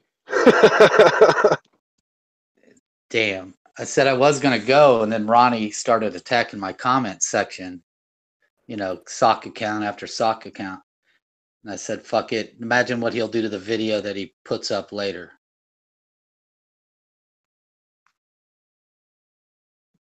Yeah, dude, don't give them anything, man. They do that with everyone. Yeah, they're just going to They're just going to switch it on you. They're just going to switch it on you when you get in there.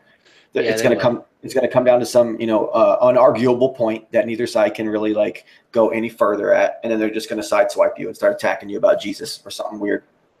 I think I proved my point tonight. If people just take those observations I was speaking about, that's all you need right there. Don't go out. Don't waste your time. If the fucking clouds aren't behind the sun and moon.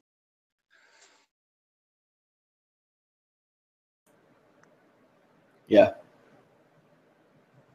But Ohio, I thought there was something that you wanted to talk about earlier.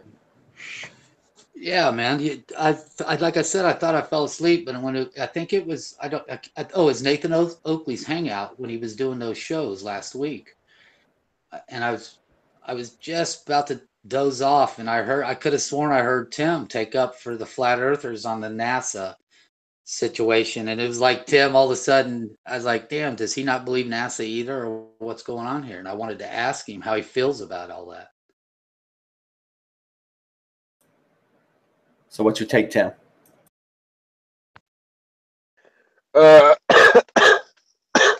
Dying here, man.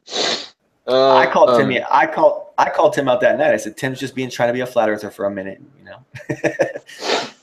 Anyways, go ahead. I think I was just saying that I've found some things that are somewhat questionable to me. There's sometimes it seems like they're like purporting something to be supposed to be real, and then it really seems to not be. And then you have to, it really begs the question on what else is faked. But some people take that to the extreme, like, oh, it's all fake. But I really do think they were doing what they're saying they're doing, as far as putting stuff in orbit. And maybe they didn't go past low Earth orbit. Was probably the furthest that I went in what I said. Okay, that's what I was wondering. So you don't believe? Do you believe the moon landings or no? I think they're more probable than, or I think it's more plausible that they did happen than they didn't happen. There was a rocket that did fire up, and there's a lot of kind of people that kind of noticed that as well, obviously, and separations and stuff on the way to the moon. So that, I mean, just logically, and then there's all the video and there's everything. So it just really almost starts to get, there's got to be some kind of a word for this, but like a balance where it just like would be almost harder to do it fake than it real, like actually do it, because of all these different variables. Oh, we got to shoot a rocket up, but oh, we can't get this far, so we got to do it this way. And it doesn't become it's not a very logical argument, in my opinion, to say that I know 100% they did not go to the moon. Because also, I kind of think that there's an implication behind that, in that I know that planes and technology and all this shit, and it's like, it would be a damn shame for me to just disbelieve probably what would be, if they're really doing everything as they say they do, man's greatest fucking, it's epic, dude, what they're doing. Putting shit in the sky and making it go around orbit for years.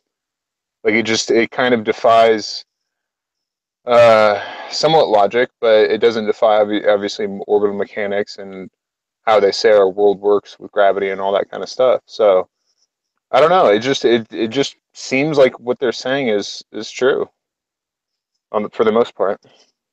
So technology basically has outgrown itself, and I'm not saying the technology back then, we're too far advanced to use that same technology now. In other words, we've thrown it away, and now we have to figure out a way with this new technology. Well, yeah. I mean, that's kind of how I understand it, and I've been explained it for over 2 years, I think, that they used different technology. Obviously, it was more like a ring magnet, and with all of our fucking circuit boards and all this kind of stuff, it would have to be completely shielded. But really, I don't know. I don't know on that, because it would seem like you wouldn't have to if they can get through, then they can get through and have their equipment shielded with lead. It wouldn't be that big of a technical thing. You wouldn't have to shield the whole capsule in lead because of the new technology. So I don't really understand that, actually, personally. But all of these subjects are like, they're super advanced. And not only that, like, nobody we're talking to really understands them, including myself. All of these things. Nobody's actually like in the field, out in the flat Earth movement. Oh, I'm a astronomer, um, astrophysicist. No, we're not seeing anybody, dude. It's just a bunch of clowns, pretty much just saying their beliefs on others. And I think one sect of people are taking others too seriously, like, oh, these people are thinking that the Earth is flat and they want to take down NASA and stuff. Like, maybe people shouldn't take it that seriously, as I have in the past. Like, just let them do whatever they want to do. Because, like I said, I was at that meetup. And those people are harmless. They're not going to do anything but meet up and smoke bowls and eat together and talk conspiracies. That's it. I don't know. I see some Jonestown going on over in that one camp. Yeah, there's a couple of camps, and that's just kind of a natural thing when people find celebrity in other people, and then there's this whole other thing when it's like really at the axiom paradigm level, this whole subject, and then also people are conspiracy theorists. So, and then also they like throughout their family and have like a bunch of friends online, primarily, so that they can go and speak to and are like-minded. So it's just it's a filter of a filter of a filter. It's like the fringe of the conspiracy crowd, and they just they have, most of them don't have a clue. It's insane. Mostly this validation girl guy. I mean, he. Damn, he had to go there, didn't he? He's drunk. You've been drinking, Tim. You can tell. No, I don't drink, bro. I might be getting drunk on fucking sugar, dude. Possibly. That's as far as I go, man. Have you guys tried the pharmaceutical? I'm sure you have the pharmaceutical edibles, man. Because I don't even get high, and I ate a whole edible not too long ago, and I ate half of it. It was about the size of a Rice Krispie treat, and I ate half of it, and it didn't do nothing to me. So I grabbed my guitar and I go down to the neighbor's house, and I ate the other half, and dude, I woke up hungover, and I don't drink, so I mean, I was fucked up the next day. Yeah, I don't know. Hungover from pop. Yeah, I was lightheaded, man. And it just fucked me up. It was, it was the doctor prescribed edibles, and it was, it even had a warning thing on it, keep out of reach of children, had the prescription name and everything. And it just fucked me up. Yeah, the edibles, they go into your bloodstream in a different way. Like, when you smoke it, it only goes obviously through your lungs. It gets through your bloodstream. When you take it in a tincture, which would be like some kind of an alcohol mixture and marijuana, it actually goes through your liver as well, and it goes through all your organs, like your stomach. But if you eat it, it doesn't go through your liver as like it does alcohol. But it does give a definite different effect. And if you're not a person that uses it frequently, you would have to start out slow and maybe wait like an hour or two and really see how you're feeling. I didn't do that, dude. I was fucked up. I mean, I was paranoid, peeking out. I was gonna ask that. Okay. Oh yeah, man, I was losing it. I thought I was dying. I didn't know what to think. I just went to bed. Ate acid or something. Fuck, I was just wasted. Yeah, I'm not much for eating eaten buds as much as I used to. But there's something about smoking for me, man. I just want to smoke something, dude. Like, Vlad said he ate some on an airplane, man, and he burped it, and it smelled like weed the whole time. oh yeah. The whole time he was flying, it fucking smelled the whole, like he could smell it all through the cabin. It was fucking seeping through his pores, man. But Literally. he was eating the buds, man. He wasn't eating edibles. He was just taking the buds and crunching them up and eating them. I know that's so weird, man, because I told him you literally can't get high off that. Like, you don't get high off that. You I have mean, to. if I crushed some dank up, real strong weed, and ate it, I wouldn't get Yeah. high. No, If you grinded it, maybe. no. You have to Why not? decarboxylate it, but you have to decarboxylate it. You have to turn the THCA into THCB because we cannot. How's that done? That's basically a heating method. So the best way, obviously, look up. Well, I mean, even smoking it's bad because you're losing, I think, probably up to 60% of the THC in the direct heat of the exchange. So, yeah, if you do it right, like there's a method I used to do, like tinfoil, 325 in the oven for like 5 minutes. It basically smells up the whole house.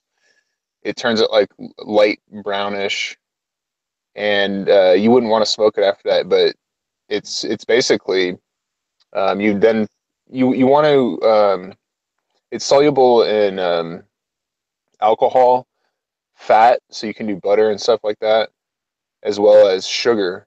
So uh, people usually do fat for like brownies and stuff. They make like butter and buds, and then the tinctures are obviously made with alcohol. But um, yeah, you got to be used to that shit, man, because you can take too much, man. What would I happen? I'm can't. just curious. If people just say that, I always hear it, nobody's ever died from weed. Can you fucking OD on it or what? No, man. Not to my knowledge. I think the strongest thing you could do is make like a green dragon, which is basically Everclear and like really high grade weed and cooked down a little bit. But if you took like I don't know, like 100 times more than you normally would, I don't even know what would happen, dude. Seriously, you'd probably pass out, but I was gonna not say, die. Yeah. Right, you just pass out. Yeah, because with alcohol, it's not like alcohol. It's just like smoking weed. Like you hit a certain barrier with smoking weed. You can't get high. Just keep getting higher and higher and higher. That's just not how it works. So it's So you hit a plateau. You hit a plateau Yeah. with Yeah. weed. Yep. Fuck, And I must if have you're hit it that night. yeah, if you're a constant smoker, your best bet is to stay normally stay like somewhere below that limit and not ever try to reach it unless it's a special occasion. I thought you were gonna say stay high. Hey, you know what, VB? I'm surprised you came to that same thing because literally today is the most buds I smoked it like consecutively, in probably a year and a half or something. So, like, Yeah. yeah, I'm the same way, dude. I'll take a rip or two, and it definitely lasts when it's quality bud. So Issa's in the chat. He's fucked up too, then, huh? He's probably used to it, but you know what? He has a bunch of dank, so probably.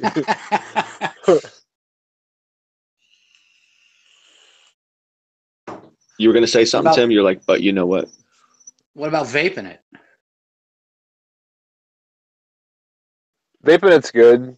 Like I said, I think that I have something mental with me where I want to like smoke something. Like I want to feel that fucking burn in my lungs. There's something about it.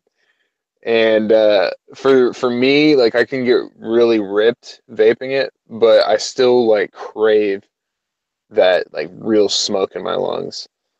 Well, it's like cigarettes, man. If you switch from cigarettes and go to yeah, vape, that vapor still doesn't replace that it does cigarette. really. Oh man, I was thinking of going and starting vaping, but shit, I'm not even gonna It's fuck around close. with If that. you get a strong enough vapor, which I have, man, I could blow massive clouds. But there's just something. It takes away the craving, but it doesn't take away, the act of smoking. It's strange. Weird, weird, man. Wonder what that is. I don't know. You would have to think at a certain point, like when you look at older cultures, I'm pretty sure they smoked tobacco quite a bit, and they did cultivate marijuana. So, I mean, it's probably been somewhat put in our DNA through people fucking smoking forever, man. I don't know. I don't know how many cultures did really. I mean, I guess it's a new craze, like from the '60s, '70s, or whatever, when they started putting like heavy chemicals in them. Yeah. But regular tobacco, there's people that are fucking 107 years old smoking tobacco, like just tobacco, not what chemicals and stuff. But Right. Look at George Burns. He lived to be 100. That fucker had a cigar in his mouth 24/7. really, yeah, it's Yeah. weird, man. I heard there's a conspiracy video, like the tobacco conspiracy or something like that. And I think I heard Antonio Subrat's talking about it before, but I think it makes the case for tobacco being good in some way, for some way of longevity, I guess.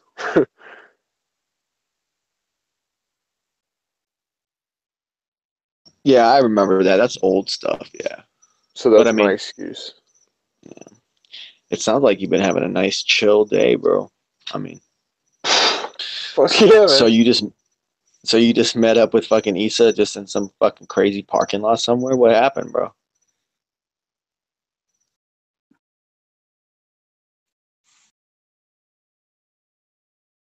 Actually, we met in the at my favorite pot shop because it was actually really close to him, where he's staying.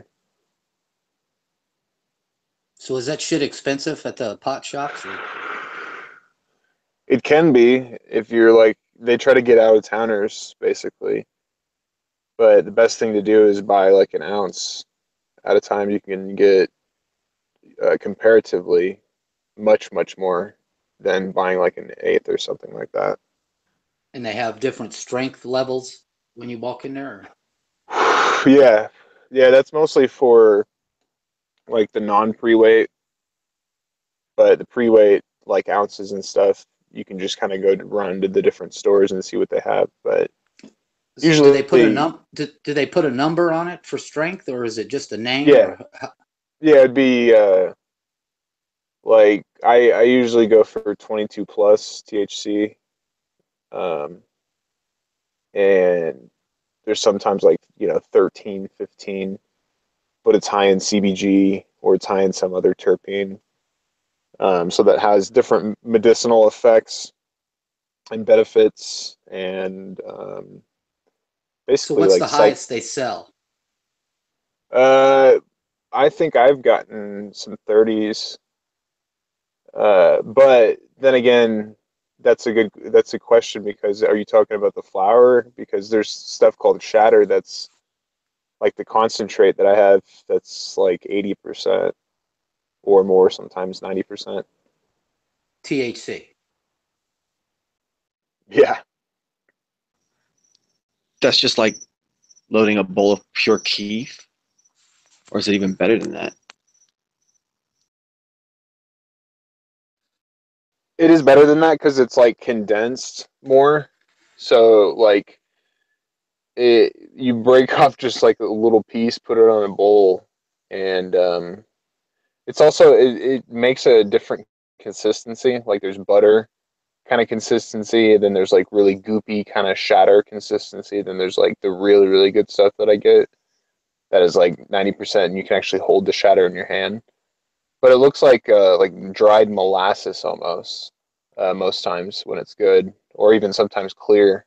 But it's basically, yeah, it's basically keef that's been um, processed. There's different ways of processing it, but yeah. Damn, Timmy's schooling us. Yeah, things. That's I mean, cool. I mean, I didn't know. I've I always wondered. I've never walked into one of them shops. I've always wondered. My dad used to deal weed, and I'd smoke the hell out of it. I'm 53 now, and I look out the curtains when I get a little bit high now. I was just curious. It's something you got to get past. Like, for me, I haven't really quit consecutively for 30 days, only but 2 times since I was 10 years old, probably. So, um, sometimes when I take like maybe 4 or 5 days off, if I travel and I don't have anything on me, and when I come back, I almost start to get paranoid. I start to like think that people are talking about me or something like weird. But then I'm just like, you know what? I haven't been high for a while. I'm just paranoid. So then I just go back to do what I'm doing. They could be talking about me, but I just don't care about stupid shit, you know? But it does make you feel like that sometimes. Oh shit. It's like a tell me very about light how version. Go ahead. tell me about how Ronnie and fucking Jason are straight up doing publicity stunts, and it's like old school fucking young channel shit, and they're way past that. It's like Smash Nose, just fucking ridiculousness is how I would describe it. And the thing is they're like, oh, we're gonna troll for truth. And then they have like approved comments. They'll have like 400 views with 5 comments, because they have to only approve the people that they really want to. It's all about controlling the narrative. And it's like, hey, you know what? I talked to them. They told me that the observations are that it's a sphere, and they believe that it's flat because of Yeshigui and all these other fucking reasons or whatever. So I'm like, hey, cool, man. Like at least you understand as a flat earther why I think it's a sphere. Because there are 2 celestial points. I wasn't lying about that. That's just observable reality, right? And so there's a lot of good points for the sphere, and basically they're just discombobulating it and making it into their own weird religious, I don't know, man. Really weird stuff to me. Never seen it before, dude. I had to block him actually because he's just such a goofball.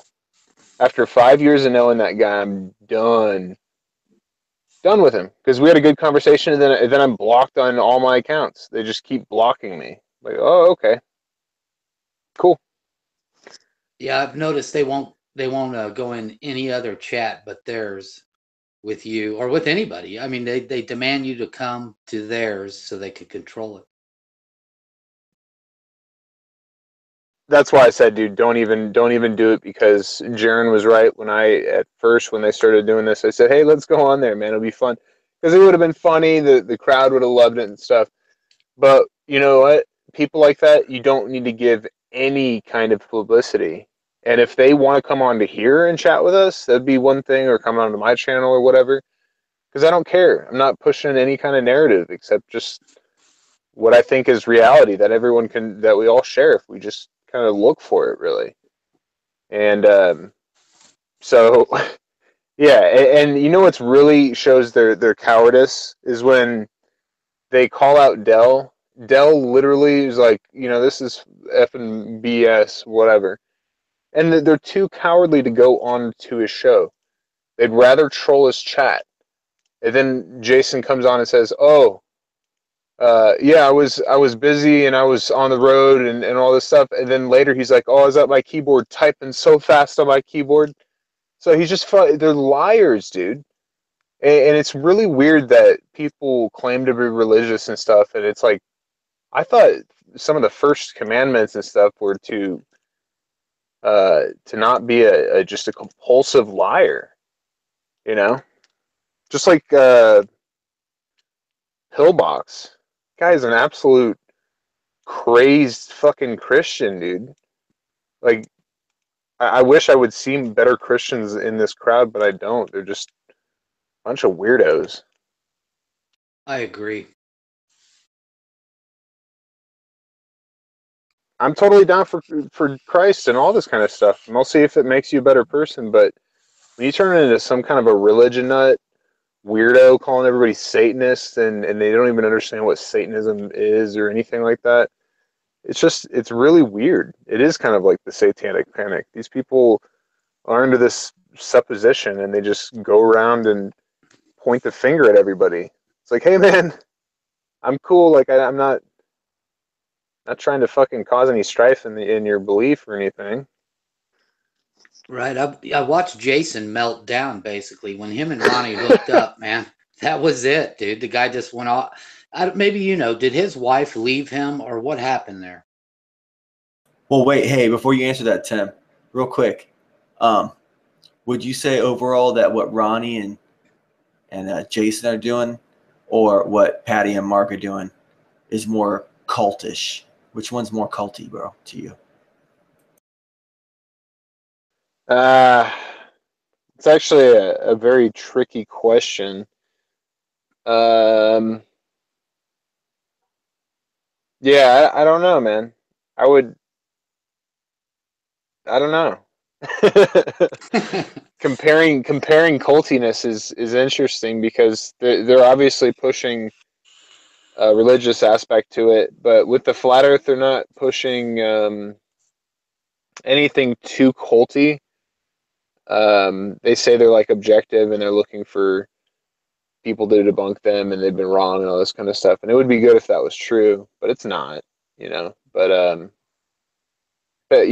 Patty and Mark like try to control the narrative in a really like weird fascist way, and in my opinion, and nothing about them at all is objective about this subject, but they continue to either interview flat earthers in Patricia's case, or strive to go on every single interview possible. And it's like, where have we ever seen this before? Where it's like, oh, 9/11 was an inside job. Let me just set up shop right now for several years, and go on every radio show and push this narrative, talk about numbers, all this kind of stuff. Like, I mean, what are people supposed to think when they see that guy? So I don't know. I think that it's all about intention when it comes to cult. The question of that, and I don't think that either of them are too culty. I don't know, but flat Earth in general seems to be more of a culty awakening of sorts. Well, let's So get do you think they think the Earth's flat? Sorry, VB. Who? Both cults we were just talking about. See, well, I know Ronnie and Jason do. That's a good question. But as far as Patricia Steer and Mark, that's I don't think Mark does personally. That's just my opinion. Right. Patricia might, but if they're getting paid in any way that they're not putting on to us, they're not just people that like are retired and have a bunch of money and just go around and do this flat earth thing for no money or whatever, then I don't know, man. It's very odd. the conference is tomorrow or the next day or whatever. What is it that makes you believe that Mark Sargent does not believe the Earth is really flat? What are the evidences of that, or what are your opinions on that? Because somebody that was really, I don't know, I don't like to make a brash generalization, but really it's a multitude of things. Just watching him over the years, he's just very, I mean, just as biased, in your face as it can get, and his information hasn't changed, so it's like scripted, and it's not. I mean, what was the question exactly again? Sorry.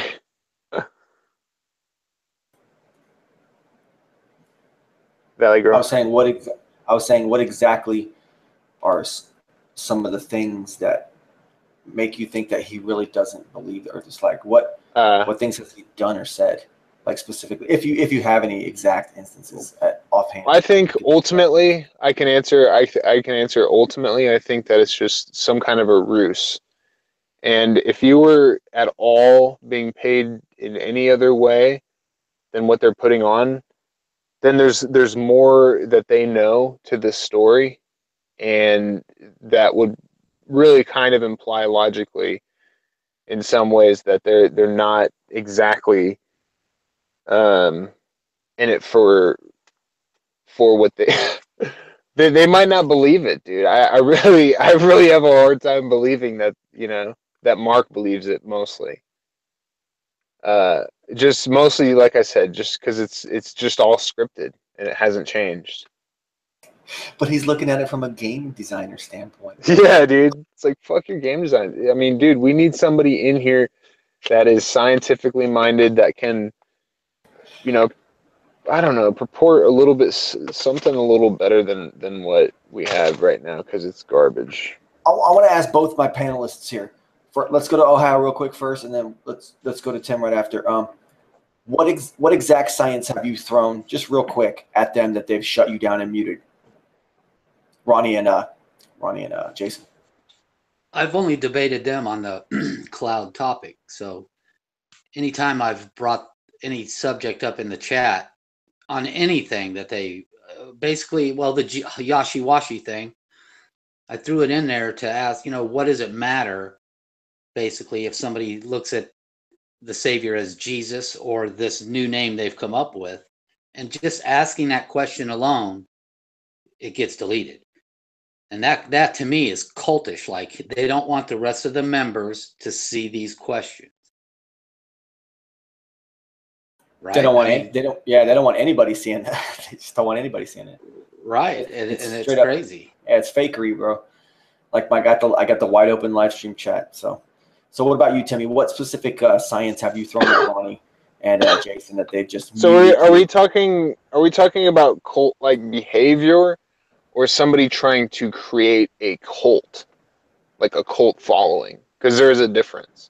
Do you think that's what they're doing? I think they have, maybe in what Daylight just said. I think that would be cult-like behavior, and that it would be, trying to maintain the echo chamber.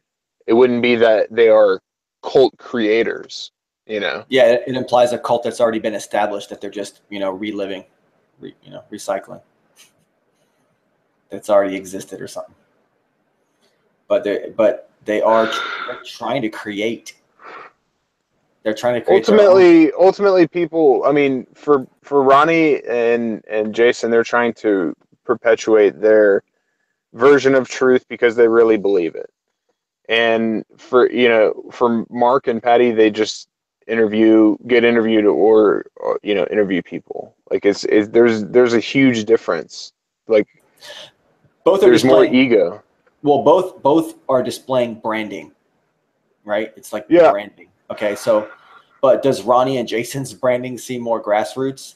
Do you think that Patricia's and Mark's branding and David Weiss's branding is more apt to be government aided or anything like that? Oh man, well, yeah, those three definitely would be more government aided. When I say that, it's not a direct, they're an agent. That, like I've said before, they employ PR companies and think tanks and stuff like that, where it's plausible deniability is completely off their fucking shoulders. So if they wanted to perpetrate something like the flat Earth and make it all weird or whatever, but really at this level, at this time at least, it seems like Mark and Patty have known for a while that, and they've kind of come out and said it several times, but like they're trying to be the David Icke or whatever of flat Earth. They're trying to like go mainstream. Not like flat Earth to go mainstream, but they want to go mainstream. They want to perpetuate themselves as some kind of a guru or something in this crowd, I guess. I don't know. David Icke went in on flat Earth for a little bit. He did touch on it like more than once, I believe. However, you want to look at that, but I believe that that's the case. Even he touched on it. So if they want to specialize on flat Earth and make their name big off it, it might not work because it might have already been done by David Icke. But if you notice, Patty and Mark never, they never troll anybody or anything like that. That's out. I mean, that's not going to happen with those two. They never make any debunking videos, debunking another video. They never like that. Totally the opposite of what Ronnie and Jason are doing.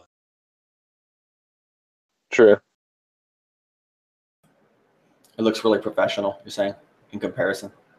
Yeah. Even though but see, it's all just YouTube. I mean, we could all put on whatever image we want on here.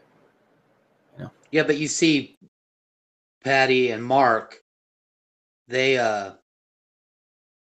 there's not I guess a negative part to it for them. There's nothing negative in it. They're not worried about keeping people in the camp. They just roll with it, go with their own narrative, and they stay the course. And then in the other camp, you have burning shill videos. I mean, they'll burn you any way they can. They will delete your comments. And it looks to me like they're struggling to keep people in their camp. It's just, I think basically you got two aspects of flat earth here, the one on the left, the one on the right. And it's definitely north and south. This is two different camps. That's exactly what I was about to say, because we're actually comparing basically flat earth, but apples and orange within flat earth, dude. These people are definitely acting differently.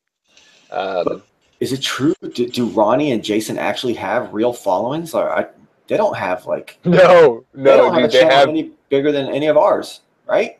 They have a few thousand actually, but it's a lot of I don't know. That's all fake because it's all fake because we were talking about it earlier that they jumped up from like 14 or 1,200 subs to like 3,400 over the last couple of weeks. I think I could be mistaken about that, but I feel like that may be true. And it's kind of like but their videos have been out for 2 days. Their video's been out for 2 days, and it's got 85 views and stuff like that. And you got 3,400 subs. That don't even make any sense. But anyways, go on.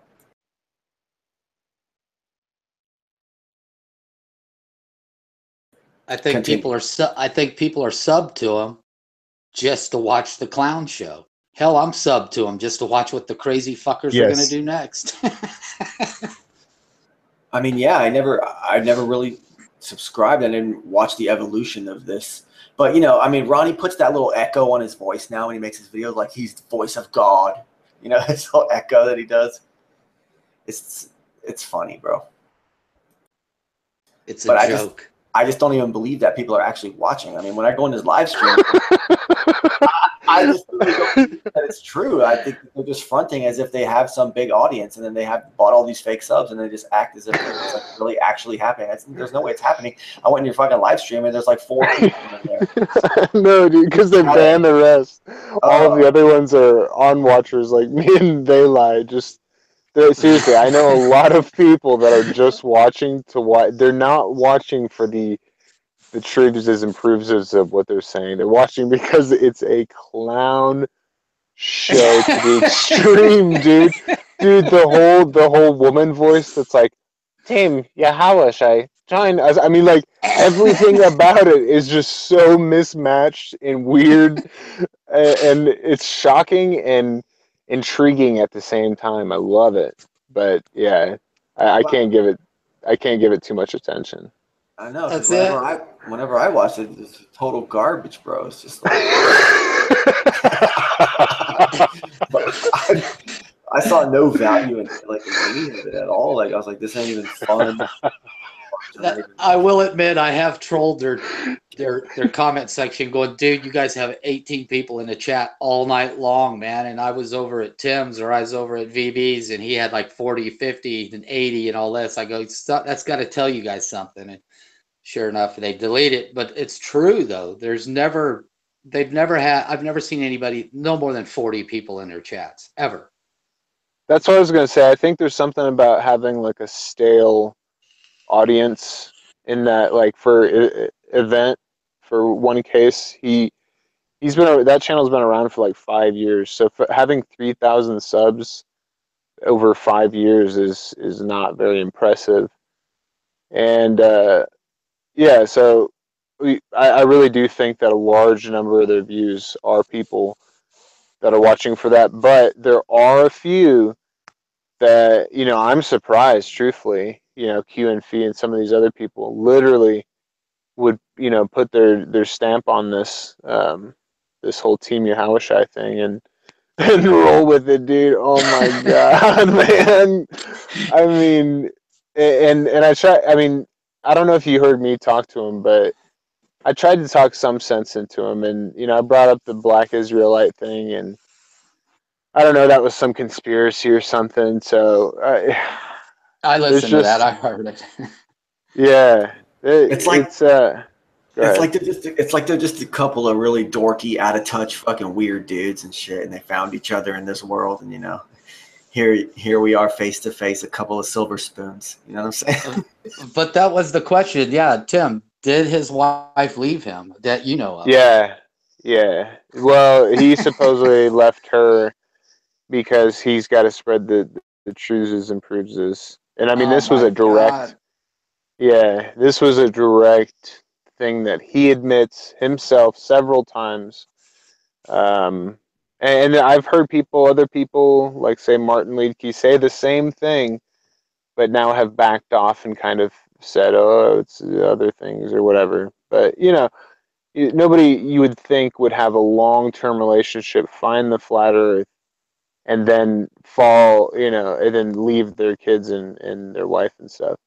But you watch some of their to be with content, and you're like, to be with Ronnie. yeah, dude. There's something going on there, man, and I'm not the only one saying that, man. Oh So God. there's something in, going on. in their sweet little log cabin they filmed from, their little log cabin backports.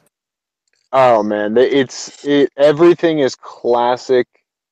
It's pro trolling, but it's like Dude, it's like they got mental the Christmas illness lights. though. They got the It's little like Christmas lights and shit. yeah, dude. The green screen that is like glitching, and he's like upside down and like sideways and stuff. I mean, it's the Oh, production shit. value. I would say just continue to make. I think that it would be like an epic fail channel, like epic fail, and you know, and he's just they would be so big, dude. They'd be so big. But that's But what they're looking for. They're but trying to. do you think they're growing, and do you think they think more people are buying into this? Well, I think they think that more people are buying into their stuff.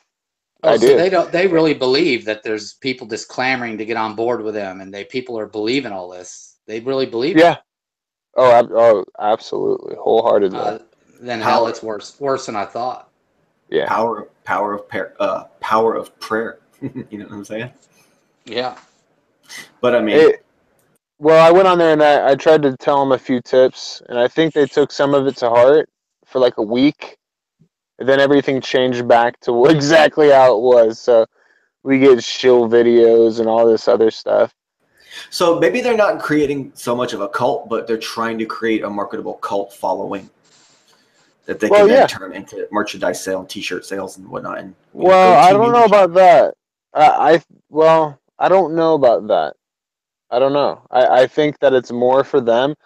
I think they're more like Dogmatic Dell in this case, where they're just true believers and they're not really asking for a bunch of money and a bunch of bullshit.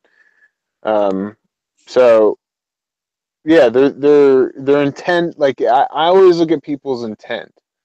I look at old Jerry's and I look at Bobby Boys and I look at all these others, and some really shine as those that are in it for, you know, what you'd say a true heart would be in it for. And I would say they are in it for that, but they have to realize, Who? Jared and Bob? no, God, Oh, okay. they're such Okay. clowns. Okay. Sorry, but they're just clowns, dude. Oh, me and Jerry are going back and forth in emails right now because I'm having an issue with some of what he's saying. But yeah, I guess in one sense you could probably say that this whole AE map thing probably came at a good time, and they're trying to capitalize on that. This whole Jake thing. So some people, you know, the disenfranchised times 10 now.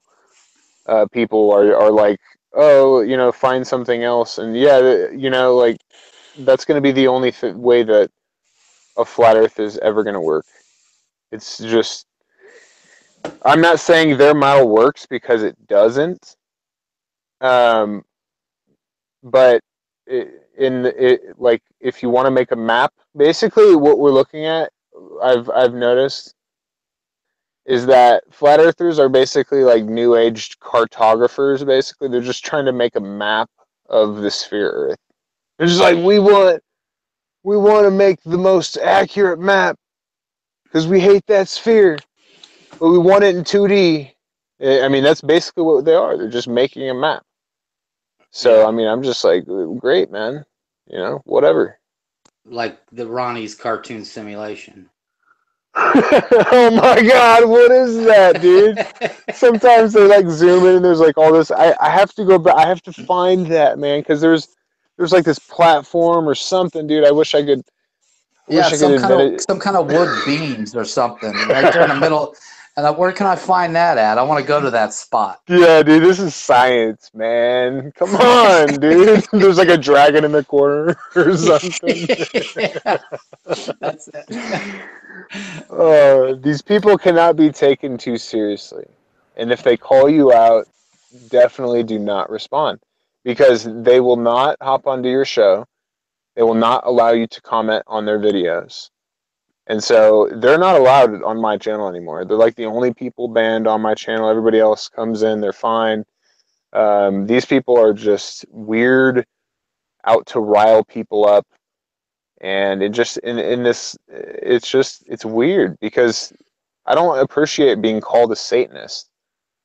And I kind of say, like, okay, so you're depending this on, you know, you're spreading the truth, so you're like holier than me, and I'm a Satanist because I'm spreading lies. And it's like, so you two people have figured out the truth of the world, and everybody else is basically Satanists. And so, like, what if you're wrong, dude? Then what does that make you? I mean, this whole dichotomy that they put themselves into, I that's why I don't like.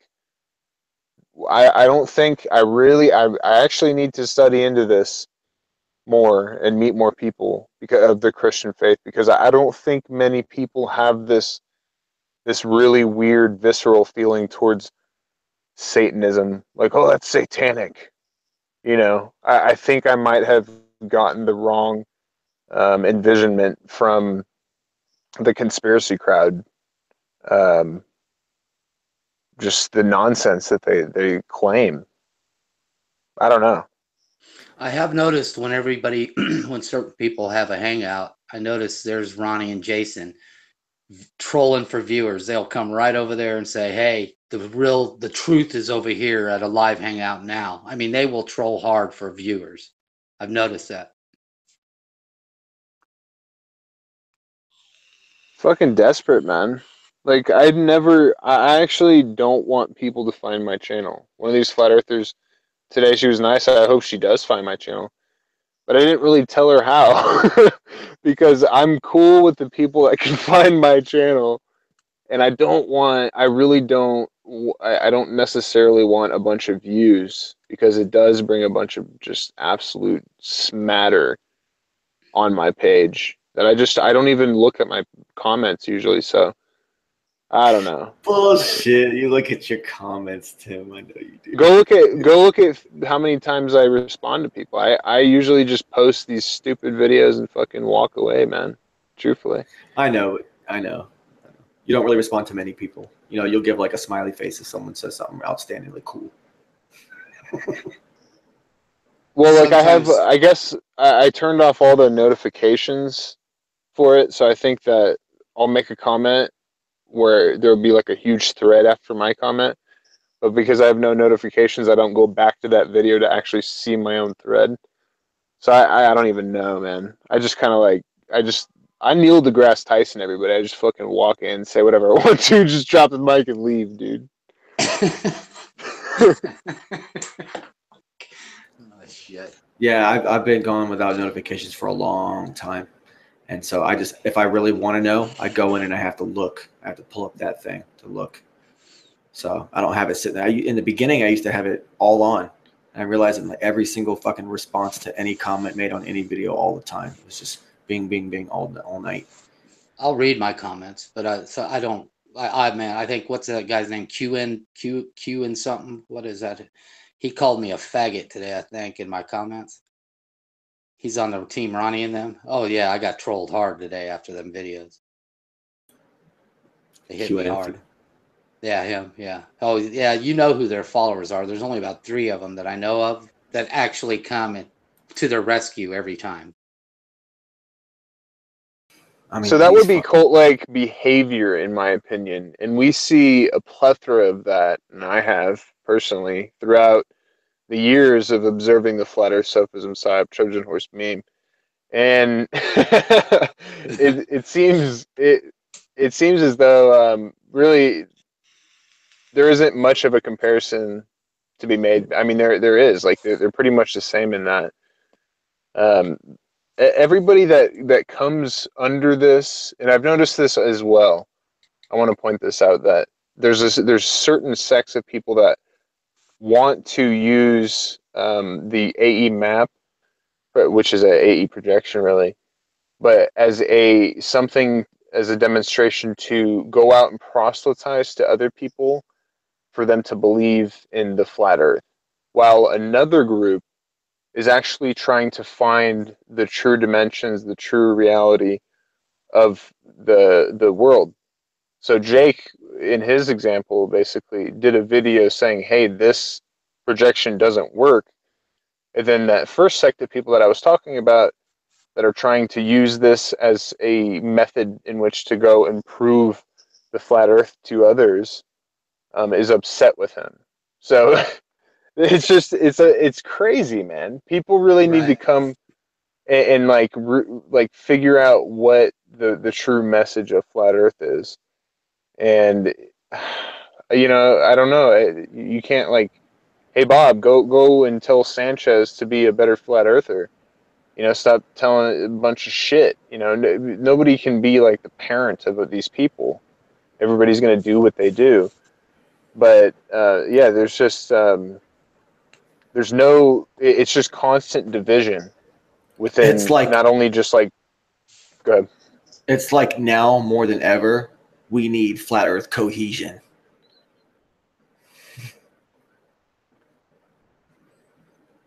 No, I agree, man.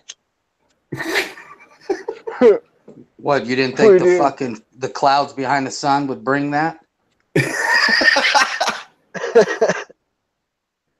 That is such a silly claim, and that's one thing I really wanted to point out to them, is that if you're gonna say that everybody's got like a 6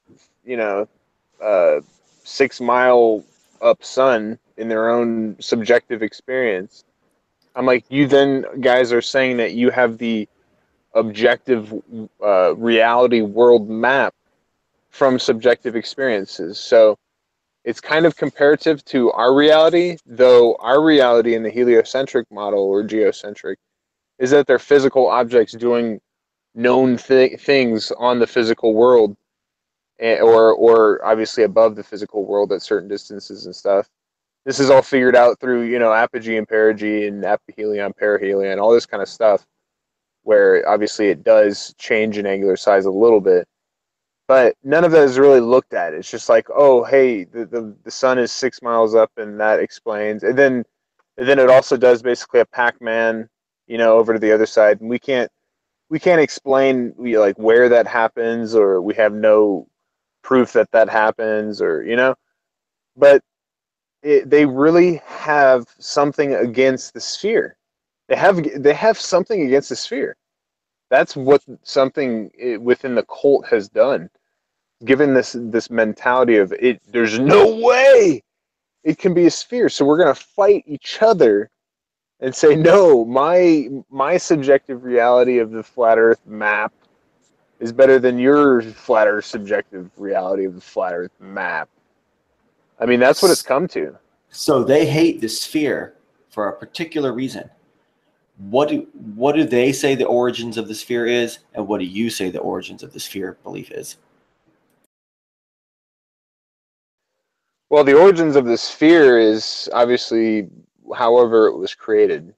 But the origin of the belief, obviously, it goes back to the Greeks, and the heliocentric obviously was more spread through Copernican and the church and stuff like that. Is that where you believe that is the most influence of sphere beliefs comes from?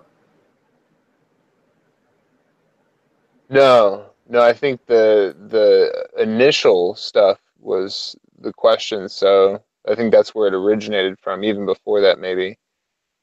But the current belief is obviously dependent on the person that you ask.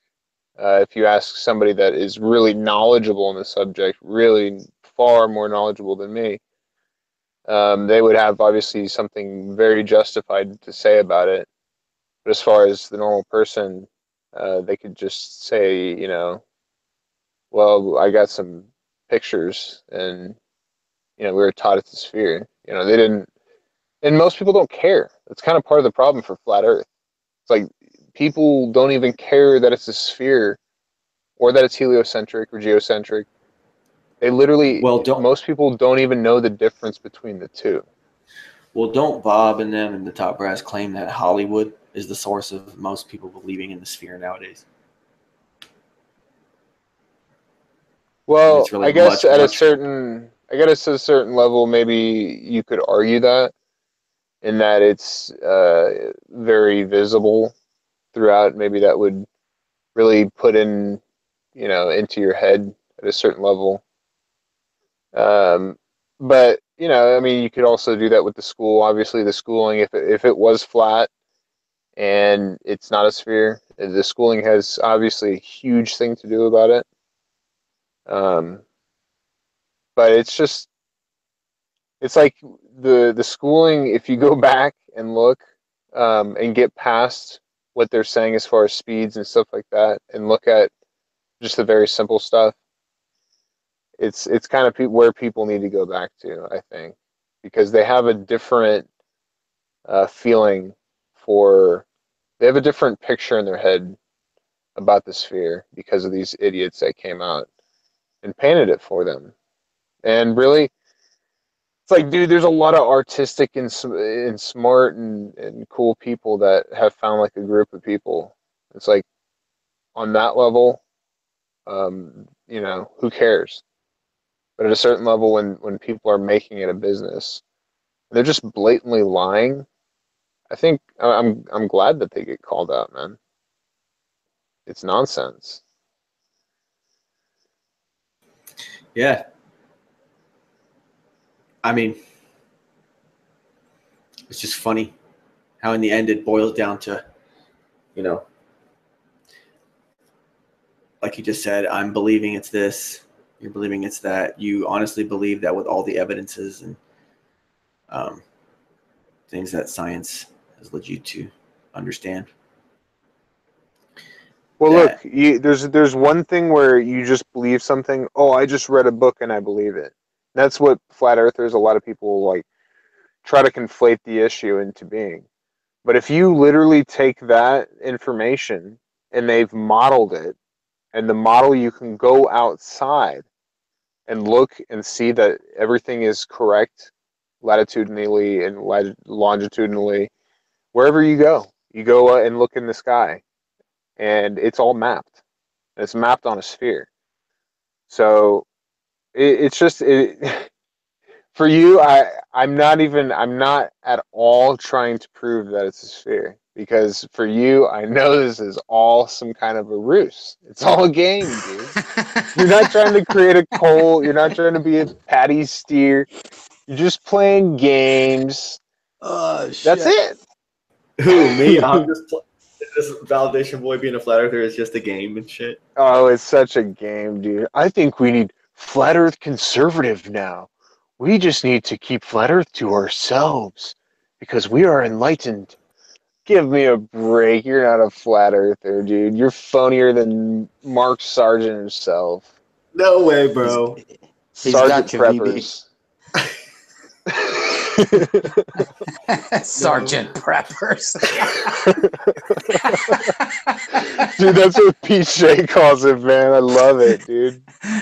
Fuck. He was like, so, Mark Sargent, his first video was him prepping. And oh, Sergeant, and he's a prepper. Oh, Sergeant Preppers. And it's like that's when you know if you start thinking like Pete Shea, like you need to stop doing everything that you're doing, seriously. Because you are literally mentally ill. That guy, I'll go on and I'll see that he is looking at that depiction again off the cover of a magazine. And I'm telling you, the amount of time that man has looked at that magazine cover and looked at angles and looked at where all of these things are pointing to him, and then he'll point into some obscure thing that then points into some other thing, and it's like, dude, is you this think is this that dodo bird thing? Yes, Oh God. yes, dude. You know, man. I feel bad, man. Because there's like this moral thing in me where I'm like, this is entertaining. I can watch this and entertain him. But then I look just kind of like Ronnie and Jason, where it's like, I am also supporting their delusions. So if nobody went and watched them, they probably wouldn't do what they're doing, or at least as much. But when they are hyped up like Dogmatic Doe, he's hyped up by the numbers and all this kind of shit like most flat earthers are. They will continue to do it, and so it props them up. So in a way, you're enabling their psychosis, their delusional world that they live in. And all right, so go ahead. No, so go ahead. You propose something quite delusional instead that it's just an actor. Or what were you saying, man? I want you to analyze me now, Timmy. Let's get your analysis of me now. He said you're a sham. I think it's all just a clever. Well, I'm not going to give you that. I'm not going to give you that, man. You and Mark Sargent will not give clever, though. It might have an undertone of cleverness. But I have relatively no success, though. What are you talking about? So let's keep that in perspective. Well, you're not, yeah, but you're not really out for success. But at the same time, you do like the attention. Like, we all three wouldn't be doing this right now if however many people were probably in the chat. You know what I'm saying?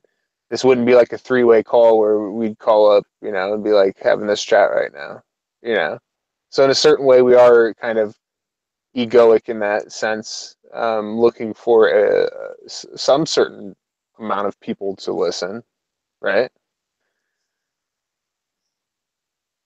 You want to be heard, man. We're human beings. We don't be Muppets. And it's hard to... I can see VB kissing his girlfriend, going, "Honey, I'm gonna get online, fuck with these guys tonight." I can see that. I can see that too. He's just some normal business suit guy. Oh, I'm just this pizza driver, man. You know. Yeah, I can see that, dude. I think that's why I said it's a ruse at first, because it could be. It's kind of like Dogmatic Doe. Like, he's kind of clever, and sometimes he's trolly too, and clever and trolly. But it's like, dude, no way you can think some of the things that you're saying. Like, you have to be saying it to a certain extent for some attention or something. Oh, like, you're not truthful 100% of the time with what you actually say and believe, I think. Flat Earth conservative, man. Oh, no, Patricia Steele's not a shill. I mean, come on, dude. Seriously, man. Give a break.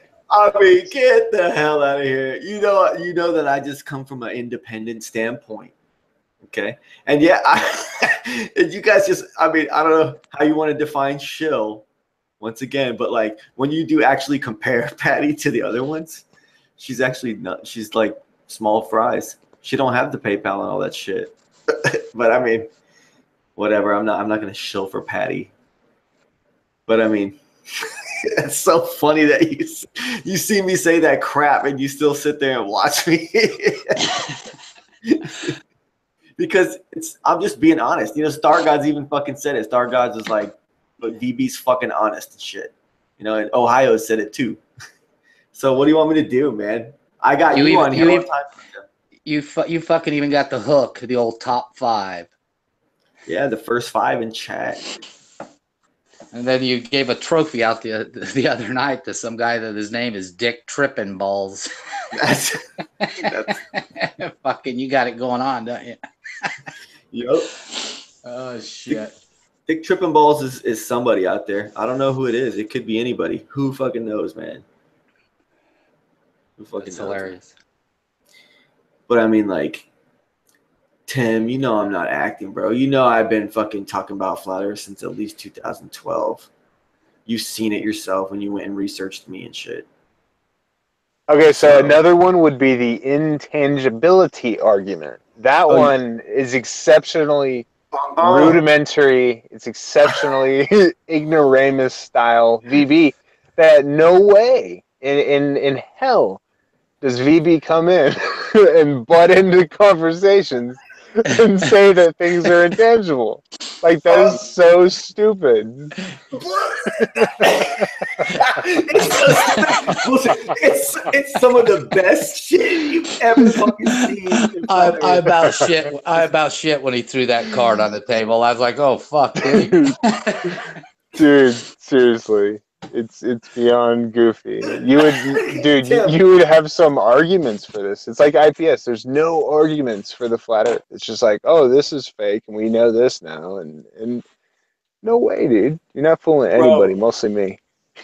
Bro, it's so funny you bring it up because you know, you know damn well that the intangible shit it's this fucking 20,000 fucking foot wall of fucking impermeable fucking mega titanium from out of this fucking world, and it goes on for infinity, and you guys, you can't get past it. And you know it's this obvious thing, and it's so obvious and inherent that you're just like, well, that's one of those things that we just, you know, sweep under the rug, you know, before we do anything else. We just kind of assume, you know. It's like, whoa. And I love it that you're trying to call me out on it after all these battles and shit.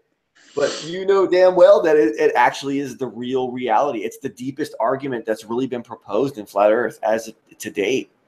And once again, I'm always on that cutting edge, bro. So I'm not, look, in this argument, I'm not saying no. Brought it up.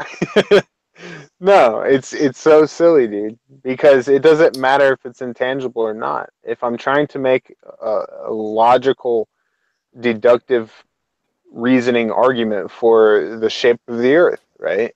I'm going to say I don't need to say anything about distances or anything because there isn't this great parallax of the stars nearby and all this shit. So as far as the solar system goes, it works very well.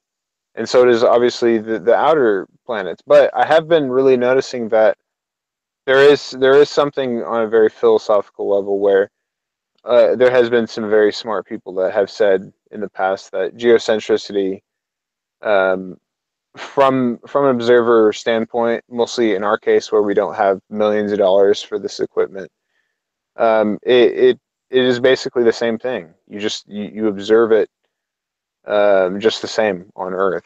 So, but it all leads to a spherical Earth. Mostly haven't you heard that water goes down differently in the southern hemisphere?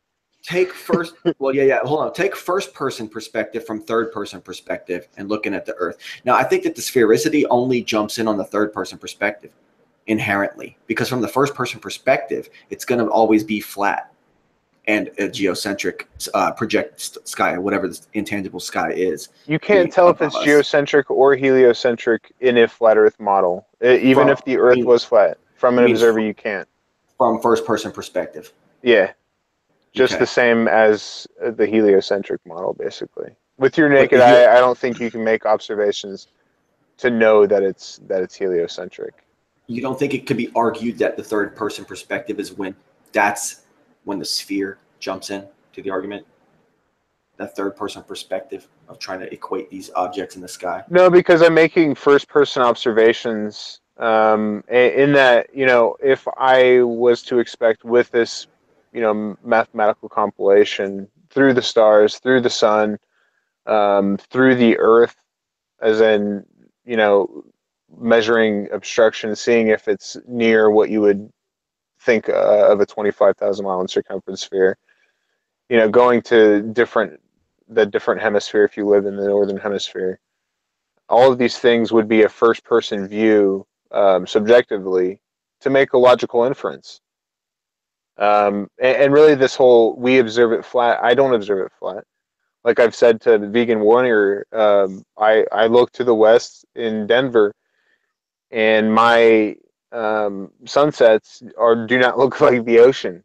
Right? There's mountains, and it's getting obstructed. The sun goes behind whatever mountain, depending on where I am.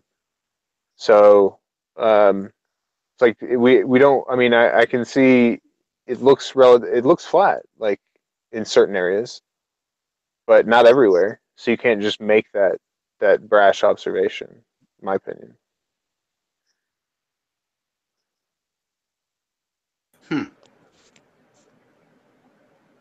Man, you said something in there that I had a question of.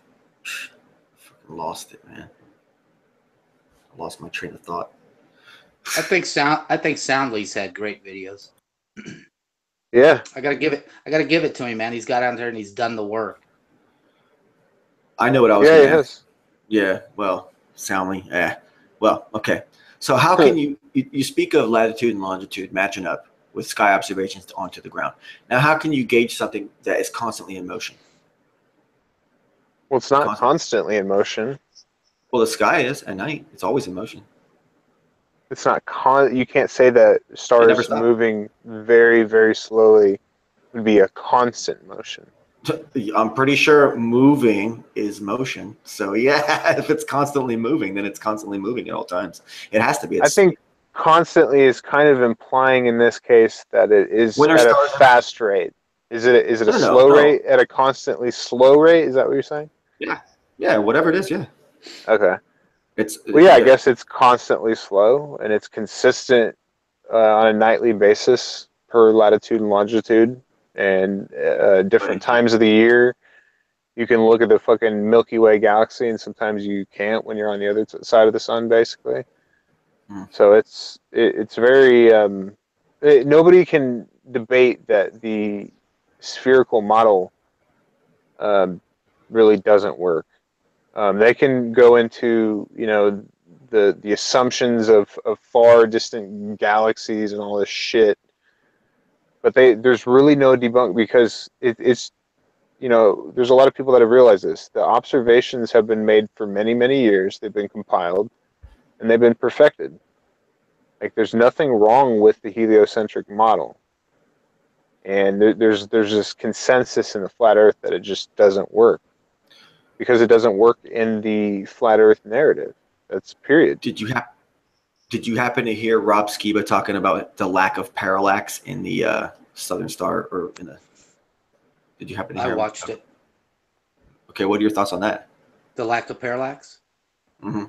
For these those photos with the time lapse with the everything. You talking about, for instance, the North Star always being in the same position, never moving? Yeah. What? Oh no!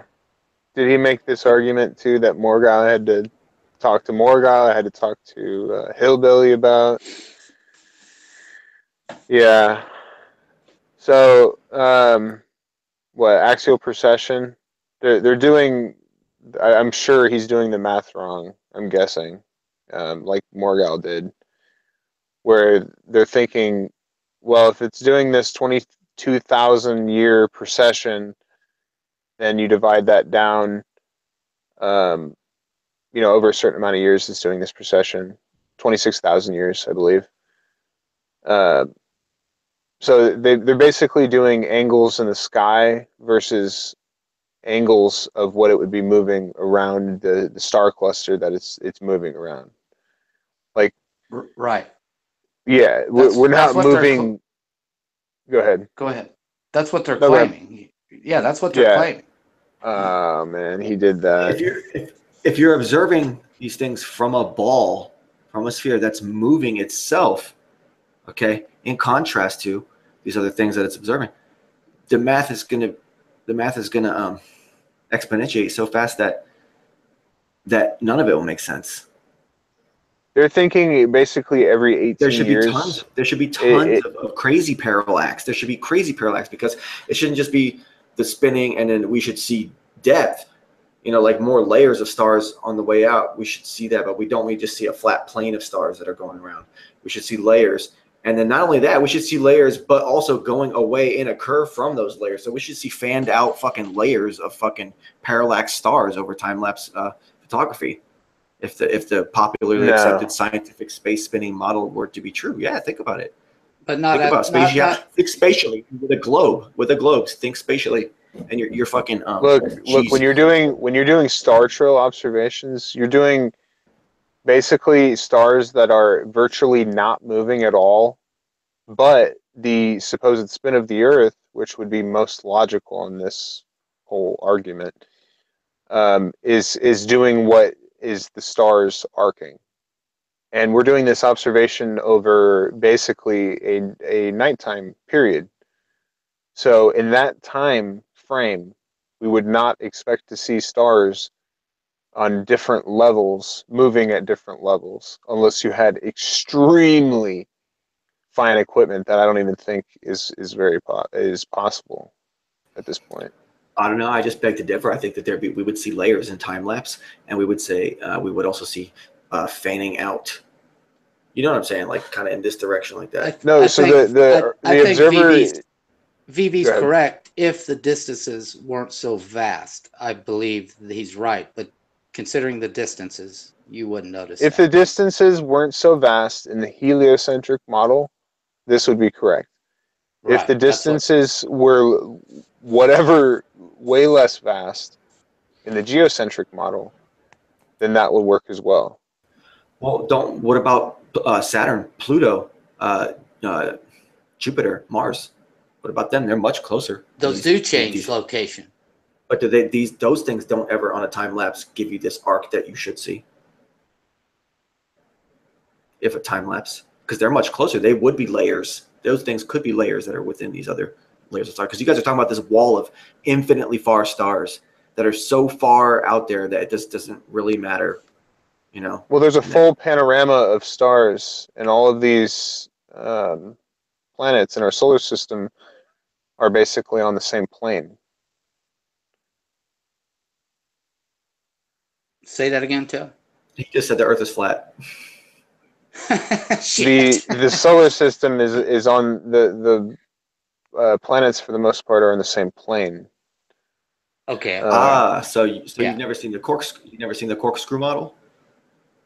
Well, I'm not really sure what's going on with that one, dude. I think that they're taking what we would say are relative speeds and saying, oh, well, we're going around the great attractor and this is revolving around this and all this kind of shit.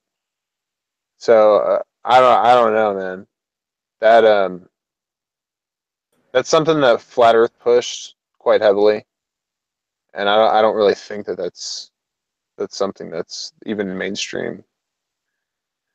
I'm not sure. I know it's not. I don't think it is a mainstream accepted concept, but it was presented on TV in the mainstream. I mean, it was on History Channel back in like 2002 or something like that. The guy was okay. Yeah, and it's more of a philosophical and logical inference. It's like if our sun is going around yet another sun, which a bigger and bigger, galactic center and all that stuff, then it has to be traveling in a line, and then therefore the things would have to be following behind it, as opposed to staying in a plane with it, and only the gravity of that object affecting them side to side on a forward moving plane. It's kind of like suggests that there's like drag in space. The corkscrew model, it's implying that there's drag in space and that there is friction and motion, which would create a corkscrew spearhead of the sun moving forward and the planets trailing behind it in a corkscrew, as opposed to the sun moving in a flat plane. So I don't know. See, that's why space is still all imaginary to me, because there are these two massively conflicting models. That's what I want to point out. That's what I want to point out is that what Flat Earth pretty much taught me is that pretty much anything that is out of our realm is pretty much taken on faith, and there are different levels of faith. And faith, I'm not trying to be derogative, saying faith in some religious sense. There's another term of faith that makes much more sense, and that would be pretty much blindly following what they're saying, and it can be very accurate. They can their predictions and their model and everything is very, very accurate.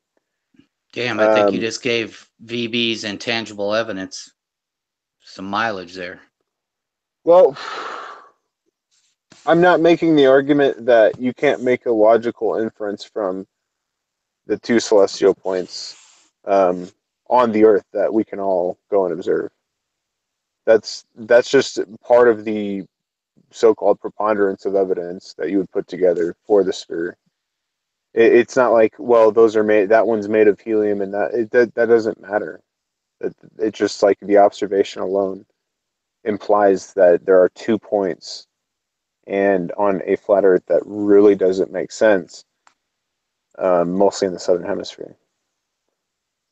But it just makes perfect sense logically on a sphere. I mean, and I've never gotten past the cui bono of this. I really haven't. Like, are they trying to hide God? Are they trying to, hide land or whatever? Like, I think they've tapped into the adventurous side of some people. Oh, there's more land. You can hear from Bell. He's like, I want to get out of here. Admiral Yeah, Byrd. he says he wants to get out of here. He's got a wife and kids, and he says he wants to get out of here. He says that life is not fulfilling. He has nothing in life that he likes or anything in this world. He wants to get out of here. He wants to escape the prison that he thinks that he's in. Like that, and I really take what he's saying legitimately. Like, he really believes that. And I don't find that a peaceful thought, that he's got a beautiful wife and kids, and he's saying, he's not fulfilled and he wants to get out of here. Like, he's going to take his kids to the ice wall and beyond. He wants full exploration for other people to go explore the world beyond the ice wall. I mean, I don't know, man. That's why I say it's delusions, dude. This is a weird delusion. But for some people, it's like, oh, it's flat. Cool. Let's move on. And some people are just like, I want to get out of here. Let's break free of this prison. Really? Is it that fucking bad, dude? Jiminy Christmas. I think it comes down to like a philosophical stance and I think Tim and I both recognize that either both of our standpoints bear some merit, bear some validity, and that we can kind of look the other way and choose to not really count as legitimate. Yeah. But you're not trying to take down NASA, dude. You're not trying to take down governments with this idea. That's what some people are pushing. Like, we need to get more people into this. And you're like, well, and I'm taking what you say as if you're saying it truthful. So, but I am, man. What's wrong with that? Is it really that far fetched to believe that there's a guy who's been talking about this since back in the day, and I've seen all these fucking people come and go. And, look, I'm gonna give the Timmy Osman stamp of approval. You know what? Boom. I would say flat Earth conservatism is much better. I've been to several flat Earth things. It's a cool way to meet people of like minds. I think that it takes out the aspect of going and taking down governments, toppling NASA and all these things, and being very angry that they're taking $60 million out of each and every one of our pockets every single day. All this nonsense. So I would say that this mindset is the best, because it doesn't go around and create a Ronnie and Jason where you go around and say a bunch of nonsense, call people Satanists. It goes around and you have this cheeky attitude. You say things are intangible. It's cute. Like, it's totally cute that this grown man thinks that the Earth is flat and that Patricia Steer and Mark Sargent aren't shills. Like, dude, it's so cute, bro. Like, I love it. I'm precious. I'm precious, bro. Shit. VB according to Tim. Oh, hell. He's got I asked for it. I know I asked for it. It's all good. Yeah. Dude, I got to cut. Yeah, it's time to end the show anyways. But thanks for Yeah, having me me too. on. Tim, good talking to you. Good talking, man. It's been great having both. It's been great having both you guys on here. Thank you so much, guys. Thanks, chat. Later, guys. All right, later. I'm going to end the show after you guys hop off. Real quick, I'm just going to stay on live for a second. All right. Here we go. TV. HSP gang. Truth shall set you free. Rebel, rebel. Sassy. Schlumminger. D-Lees. The list goes on. Angel Raven 444. Shroominati. King TL. Jamaican Titan. Schlumminger. Tomfoolery. Oh yeah, I gotta put some links down here. Some links below. When I watch back, I'll be able to edit it. Little impromptu show. Want to talk about some of the things we've seen going on in the scene and do some psychological analysis of those people, of those parties thereof. And that's what I feel we achieved in this deep, dark corner of Flat Earth YouTube. And once again, Tim was right. This is the best mindset to have. Flat Earth conservative. We don't even need to bring anybody in. We need to let people find their way in, and they can stay if they want once they get here. It is cute. It is lovable. It is adorable that a grown man can live life dogmatically believing that the Earth is probably a flat plane as opposed to a sphere, because the government taught me that it was a sphere, and we can't prove that it's a sphere. No one can ever get high enough. Not even Timmy, not even De La Ohio, my two honored guests tonight. But no one can ever get that high to actually demonstrate that the Earth is a sphere. It's never been done to date. Maybe that round the world footage that Ohio was talking about earlier in the show, maybe that will provide some evidence. I don't know. But if we only get a partial view of something, we only get a partial view. Flat Earth debate rages on, but Flat Earth conservatism is the answer. We don't need billboards. We don't need capitalization. This is the big money payoff weekend for Flat Earth, the business side of Flat Earth. I've been knowing about Flat Earth since 2011, 2012. Been talking about it on the internet since then, in one form or another. I've seen all these people come up from nothing and blow the fuck up. And there's been stages of it, First there's frustration. I don't know if it was the 5 stages of grief or anything like that, but there's been frustration, there's been joy, there's been anger, there's been bitterness, there's been community for me, all of it. It's all just kept rolling on. And I got to get some other new guests in here too. I got to get Rob S in here sometime. I got to get A Land Without Judgment up in here sometime. I got to get the list goes on. But I've seen all the people come up from nothing. I've seen people come and go from Flat Earth. It's something that allows your mind to operate on higher levels. Just the act of thinking about it, just the act of considering it. Having thought about it so much in the past, in years past, that honeymoon phase. I said this a year ago about how I said it 2 years ago, about how I said it the year before that. Honeymoon phase is long gone for good old validation boy. But thinking about the Earth being flat, considering that in your day-to-day life, keeping your mind in that frame opens you up to what I believe is more closeness to your creator, to our creator. We got to give praise to our creator like always. It's been a real honor having all you guys in here. I'm actually rather happy, even though the show seems somber right now.